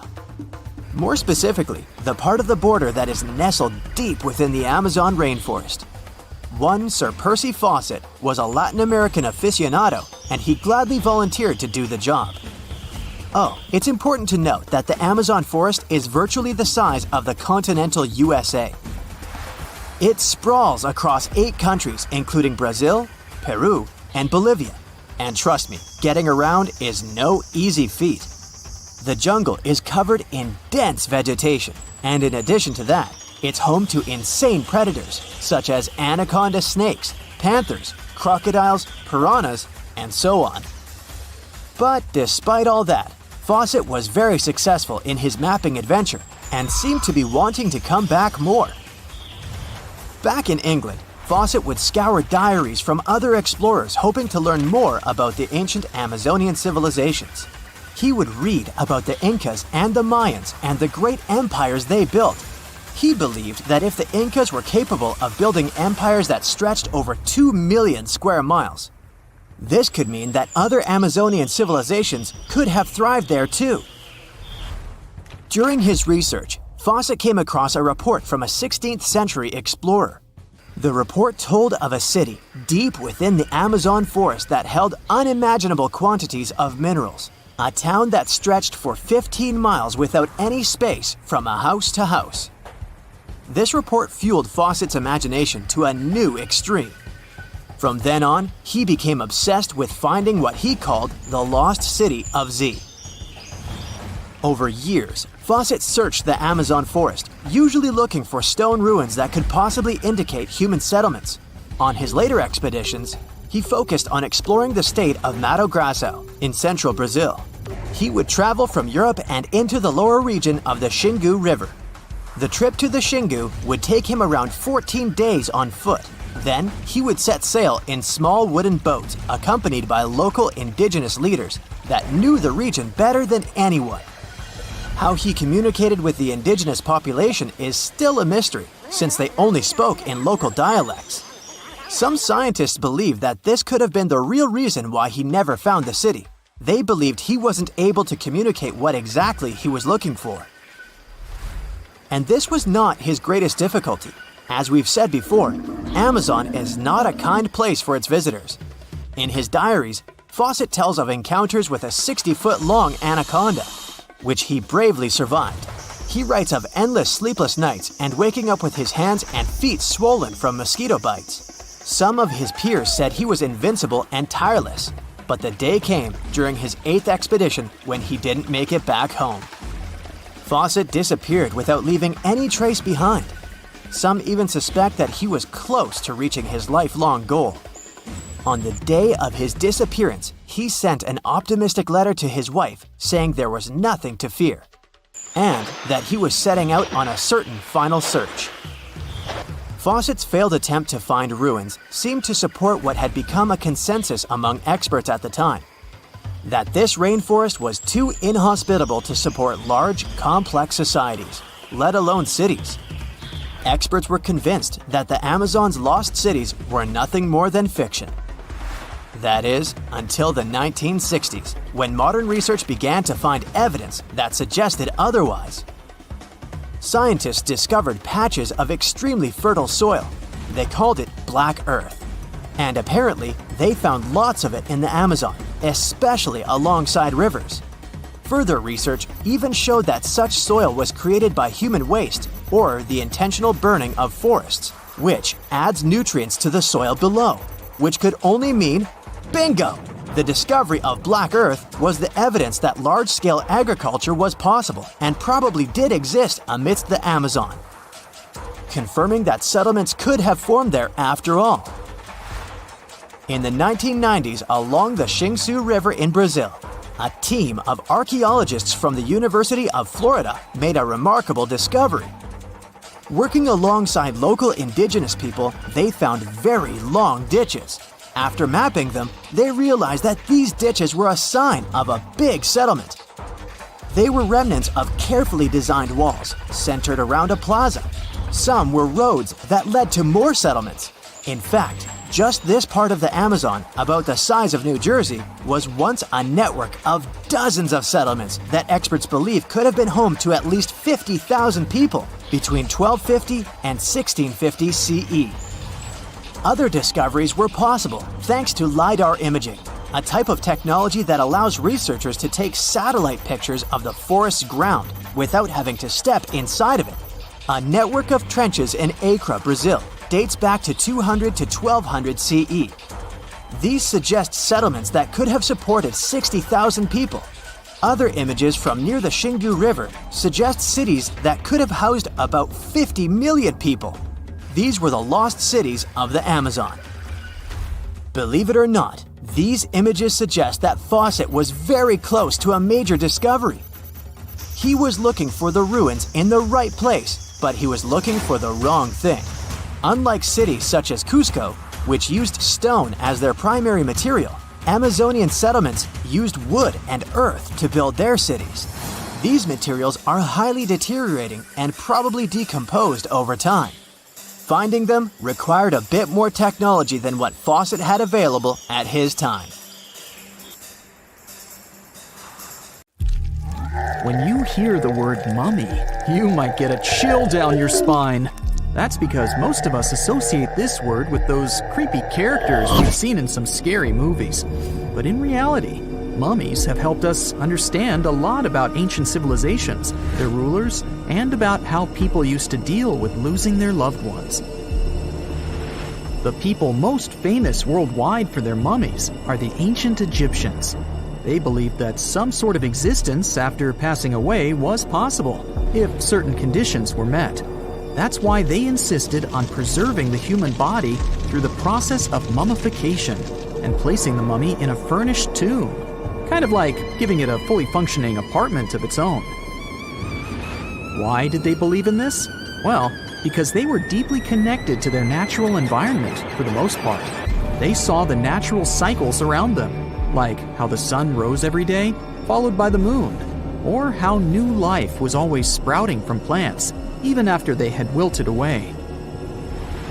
They also believed that the powerful spirit Osiris, who represented the cycle of passing away and resurrection, played a role in this process. To prepare for the afterlife, the ancient Egyptians followed certain rituals, like mummification, which involved using materials like honey, resins, and incense to preserve the body. There's no other mummy more popular than that of King Tut. He was a young pharaoh who ruled over 3,000 years ago in Egypt. The problem with discovering ancient royal tombs is that most of such burial sites were previously robbed. People knew ancient rulers had been left with many valuable belongings, so those locations became vulnerable to thieves. When King Tut's tomb was opened in 1922, people were excited because it had not been robbed, like many other previously discovered royal tombs. That's how well hidden it was. Inside, His mummy was encapsulated in a total of 3 coffins, including one made of gold. The objects found in his tomb showed us what ancient Egypt was like, and studying his mummy also helped us learn about the culture and practices popular at the time when he passed away. We also learned about his family by looking at his DNA. Scientists were able to discover that he had had a disease called malaria and a problem with his foot that might have made it hard for him to walk. Ramses II was another pharaoh in Egypt who ruled for 68 years, which was quite a lot back in the day. He was known for his expansion campaigns and building projects. Many objects from his time as a ruler still exist today, including a large statue of him. Ramses II was about 6 feet tall and lived to be about 90 years old. After looking at his mummy, scientists concluded that he may have had a medical condition that affected his spine. Now, remember those thieves I mentioned before? They are probably the reason why Ramses II ended up in a plain coffin in a secret collection of royal mummies at Deir al-Bahari, which was rediscovered in 1881. Thankfully, archaeologists were able to identify him because his journeys had been recorded on his wrappings. The process was really tedious too. In fact, in ancient Egypt, the mummification process could take a staggering 70 days to complete. A special person would say a very specific speech while delicately handling the body and drying it out using a type of salt called natron. They also used linen and resin to make the body look more lifelike and to wrap it in cloth. The tomb was equally as important for ancient Egyptians. The walls of King Tut's tomb, for example, were adorned with intricate artwork that depicted his journey to the afterlife, from his burial procession to his passage through the underworld. The ancient Egyptians believed that everyone made this journey after passing away, and they filled their tombs with items and paintings to help the person in their spiritual travels. Additionally, the walls of the tomb were decorated with spells from a special book, which contained a collection of poems that the Egyptians believed would help people reach the afterlife. And speaking of how important this journey was, people also placed food in these ancient tombs. In King Tut's tomb, archaeologists discovered 36 jars of vintage beverages and 8 baskets of fruit, which were believed to be left there to help him in his journey to the afterlife. The Egyptians believed that traveling to the afterlife took a really long time, so they left a lot of supplies, such as food and water, to sustain their loved ones. Pharaohs also generally had numerous luxurious garments and beautiful jewelry in their tombs to ensure that they would have a fashionable journey. These items included various types of linen clothing, such as tunics, scarves, gloves, and headdresses, as well as a lot of gold jewelry with precious stones, like bracelets, buckles, pendants, necklaces, rings, and even precious depictions of insects for protection. Some were also deposited with fans made from ivory and ostrich feathers to keep them cool in the afterlife. Some ancient rulers were even placed in their forever apartments along with boats. For example, Pharaoh Khufu built the Great Pyramid at Giza as his tomb, and a large ship was found inside. King Tut, however, was buried with multiple boat paddles, but no actual boat. Instead, he had 3 chariots and numerous walking sticks made of precious materials, perhaps indicating he'd rather travel to the beyond by land, not by water. Amongst the most interesting objects found near ancient mummies are bottles of oils and perfumes. If rulers were supposed to be fashionable, why not smell nice too, right? Also, some of them had some ancient kinds of board games, most of them made out of precious materials like gold or ivory. One of those games was called Senet. It was very popular amongst the ancient Egyptians and very similar to modern-day chess. The ancient Egyptians may have the most famous mummies out there, but they weren't the first to invent the procedure. In fact, it all started in South America with an ancient civilization named the Chinchorro. As far as we know today, these people were the first to mummify their loved ones that had passed away. They did it somewhere around 2,000 years before the Egyptians started their own rituals. Sure, we can tell a lot about ancient rulers by studying these mummies, but until recently, We had no idea what they really looked like during their lifetime. Not so long ago, though, some very special mummy paintings were found by archaeologists studying ancient Egyptian objects. These mummy portraits are highly detailed paintings of individuals that were made while they were still alive. Such paintings were often painted on wood, as opposed to the classical portraits we all know about, which are painted on canvas. They are known for their realism and beauty, and have even been used by researchers to diagnose diseases by comparing them to the corresponding mummies. Some of these portraits also include depictions of jewelry, which was later found on the mummies. The recent discovery of these mummy portraits in Central Egypt is significant, as it marks the first time in over a century that such paintings have been found. Mummies appeared all around the world naturally, too.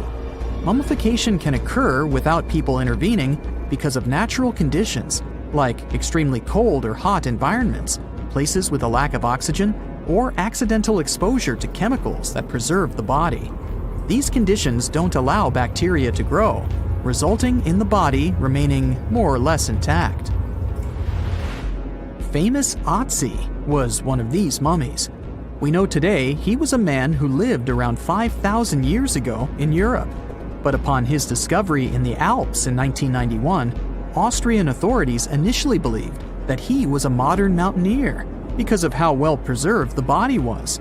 However, after the Iceman was removed from the glacier, it was determined that he was actually from the Copper Age.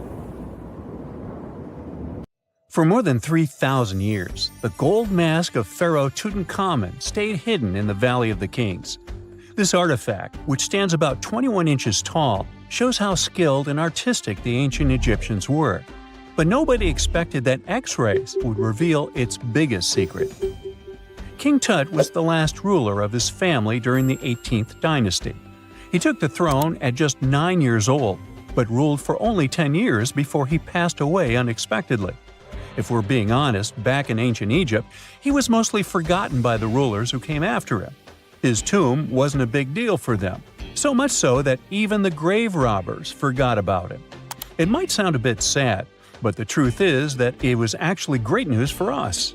Since his tomb was practically forgotten, it ended up being perfectly preserved. While the other tombs in the Valley of the Kings were looted, his remained sealed and untouched.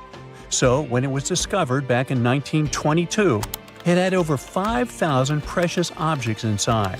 That made Tutankhamun basically an instant celebrity and one of the best-known pharaohs nowadays. Among the treasures was the most stunning piece, his golden mask. This mask is said to be an exact image of the king's face, or at least it was supposed to be, but we'll get to that later. The purpose of this accurate representation of his face was to make sure that his soul would recognize him in the afterlife and return to his mummified body. In ancient Egyptian beliefs, this would allow him to continue living in the afterlife. The details of the mask clearly looked incredibly difficult to create, but people didn't realize how complex it truly was until many years later. The first X-rays of the mask were taken in 1967. Back then, the main reason for these scans was practical – conservation. The mask was heading to Paris for an exhibition, and it was the first time it had ever left Paris. This would help them keep track of any changes during the exhibit. Plus, the images could give clues about how the mask was made, but back then, they probably didn't fully realize just how complex its construction was. I mean, Egyptian goldsmiths didn't use modern soldering techniques. So, how did they make this mask? New X-rays taken in 2007 gave us some answers. It turned out the Egyptians didn't use pure gold, which is 24 carats. The mask was actually made of 23-karat gold, meaning it was mixed with another material. So specialists discovered that the gold sheets contained a small amount of copper, a reddish-brown metal. This was likely done to make the material more flexible and easier to shape. They would then shape the gold sheets by heating and hammering them over and over again. But there was one more secret inside the mask that wasn't discovered until 2015. The year before, the staff at Cairo's Egyptian Museum were working on the mask display when the long beard of the mask accidentally got knocked off. Another theory is that the beard had become loose over time and just fell off. Either way, the fact that King Tut's beard came off caused a lot of stress. After all, we're talking about one of Cairo's biggest tourist attractions, so the experts had to fix the problem quickly.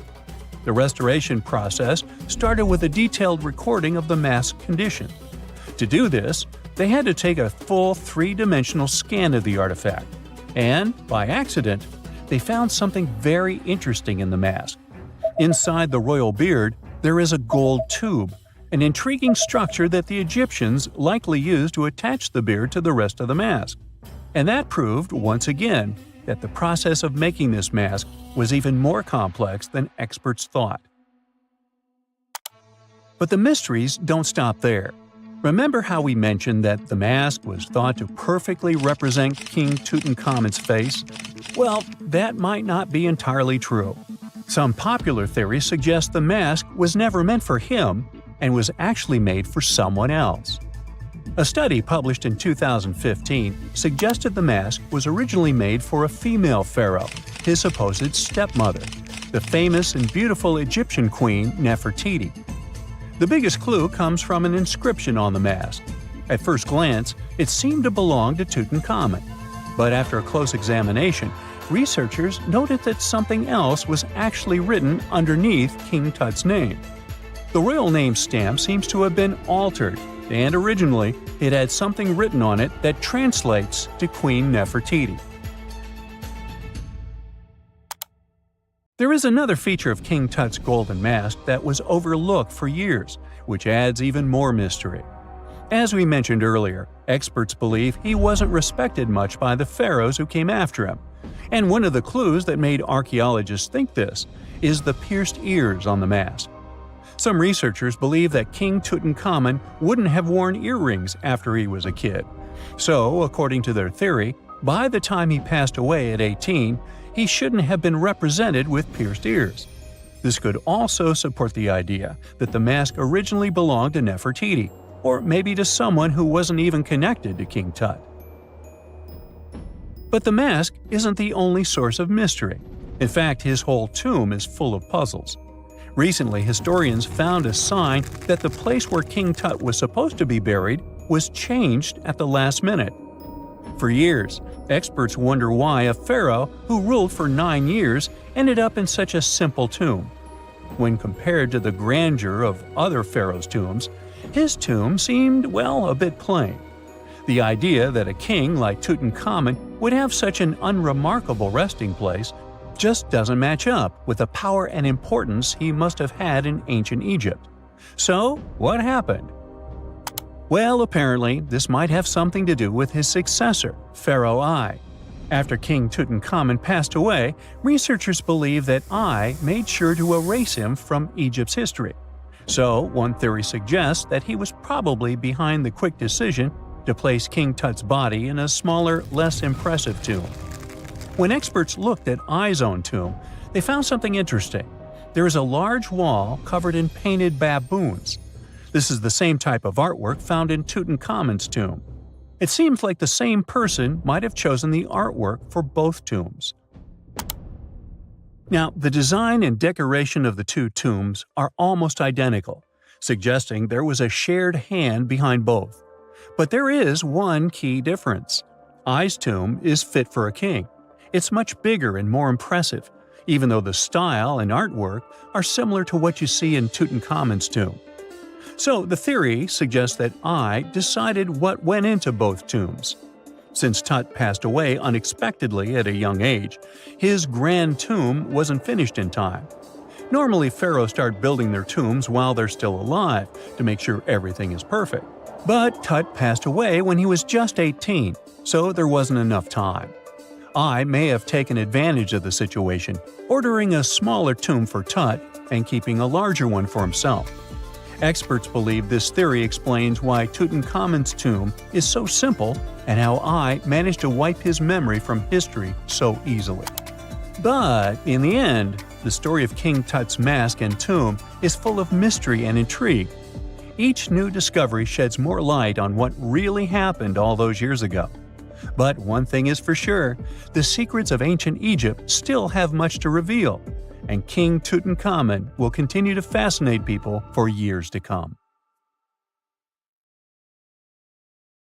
What is a boat doing in the middle of a desert? You would expect to find a seagoing vessel closer to shore. This is the question archaeologists had been asking for decades. In 1988, there was a storm near one of the most important archaeological sites in ancient Egypt. A wooden structure emerged from the sand. It was hollowed out by termites. Scientists were determined to solve its mystery. In 2000, they began excavating the site near Abydos, Abydos. An American team of experts soon discovered a boat that was 70 feet long, and it wasn't alone. In total, there were 14 boats neatly resting next to each other. It was impossible to completely dig out the boats because of their poor condition. Luckily, the wood was preserved enough to get a sample. Analyses revealed that the boats were around 5,000 years old, the oldest fleet in human history to this date. The time of their construction predates the pyramids at Giza by half a millennium. Each ship of the fleet rested in a vault that matched its dimensions. The room was roughly a third of the size of a tennis court. It had mud brick walls that featured more than 120 drawings of boats. Ancient Egyptians incised them on whitewashed walls that were excellently preserved. Scientists have known about these mysterious chambers for well over a century. 1901, 1902. A British archaeologist, Arthur Weigel, stumbled upon a strange structure west of the River Nile. His team caught a glimpse of the interior walls. Sadly, a section of the roof collapsed, so they had to call off further exploration. Researchers abandoned the site, but its location remained on the maps. The boat's position first led scientists to think that they rested on a bank of the mighty Nile. But there was a problem with this theory. Today, the river flows almost 7 miles west of Abydos. Further studies of the surrounding terrain showed the Nile didn't change its course throughout history. Also, if the boats floated near a dock, they would be in unstable positions. The 14 vessels at Abydos were perfectly parallel to each other. There was only one conclusion possible. Someone had deliberately placed them like that. They must have gone through a lot of effort. Each boat had enough room for up to 30 rowers. These vessels could really float. They weren't models, but scholars still don't know if they actually sailed any body of water in ancient Egypt.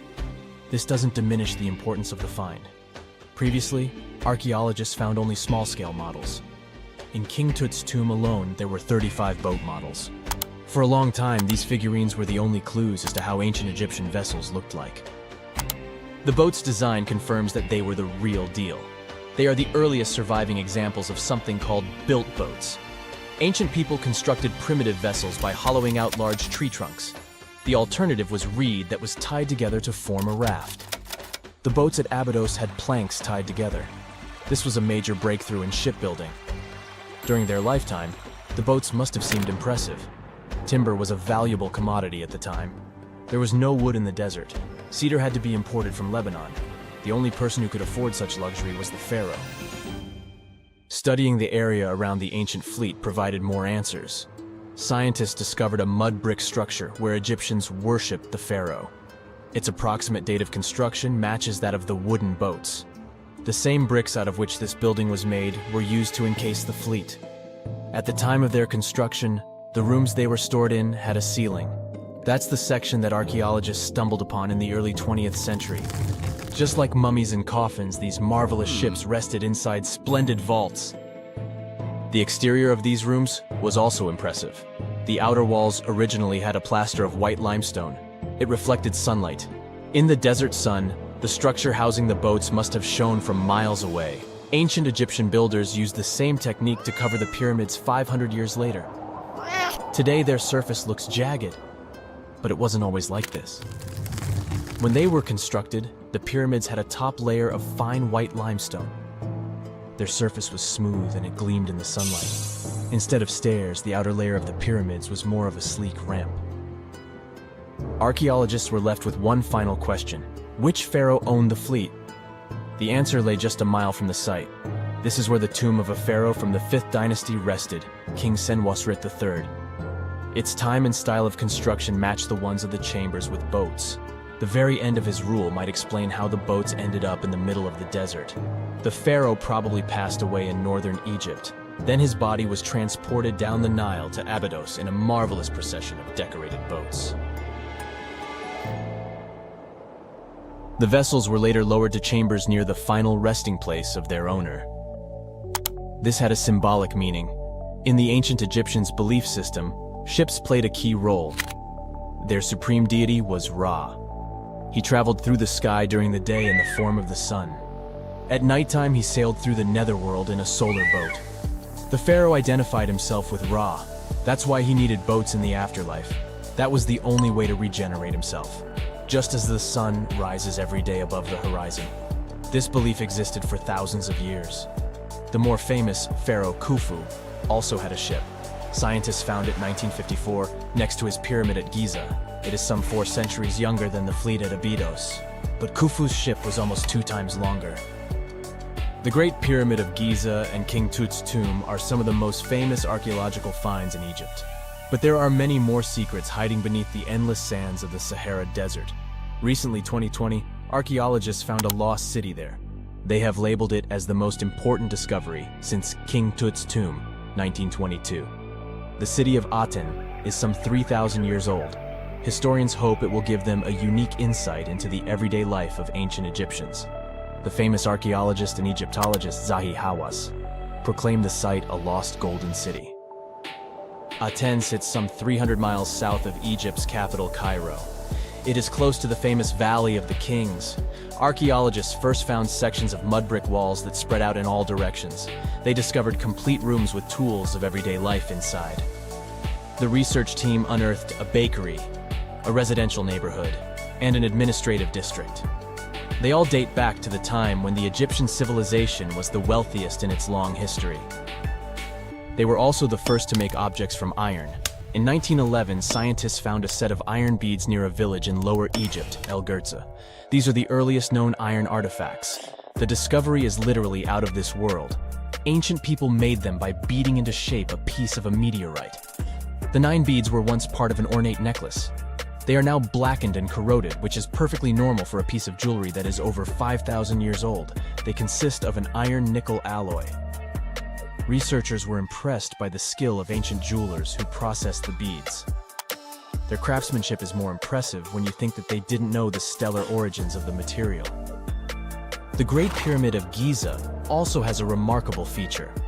An international research group investigated the electromagnetic response of the structure to radio waves. They found that the pyramid has the ability to concentrate electromagnetic energy inside it. This occurred inside its chambers as well as under the pyramid's base. It contains an underground, unfinished chamber. It seems that the electromagnetic response is connected with the properties of limestone, the Great Pyramid's main building material. The research results might have a practical application. The way solar cells and nanosensors function could be improved by this remarkable find.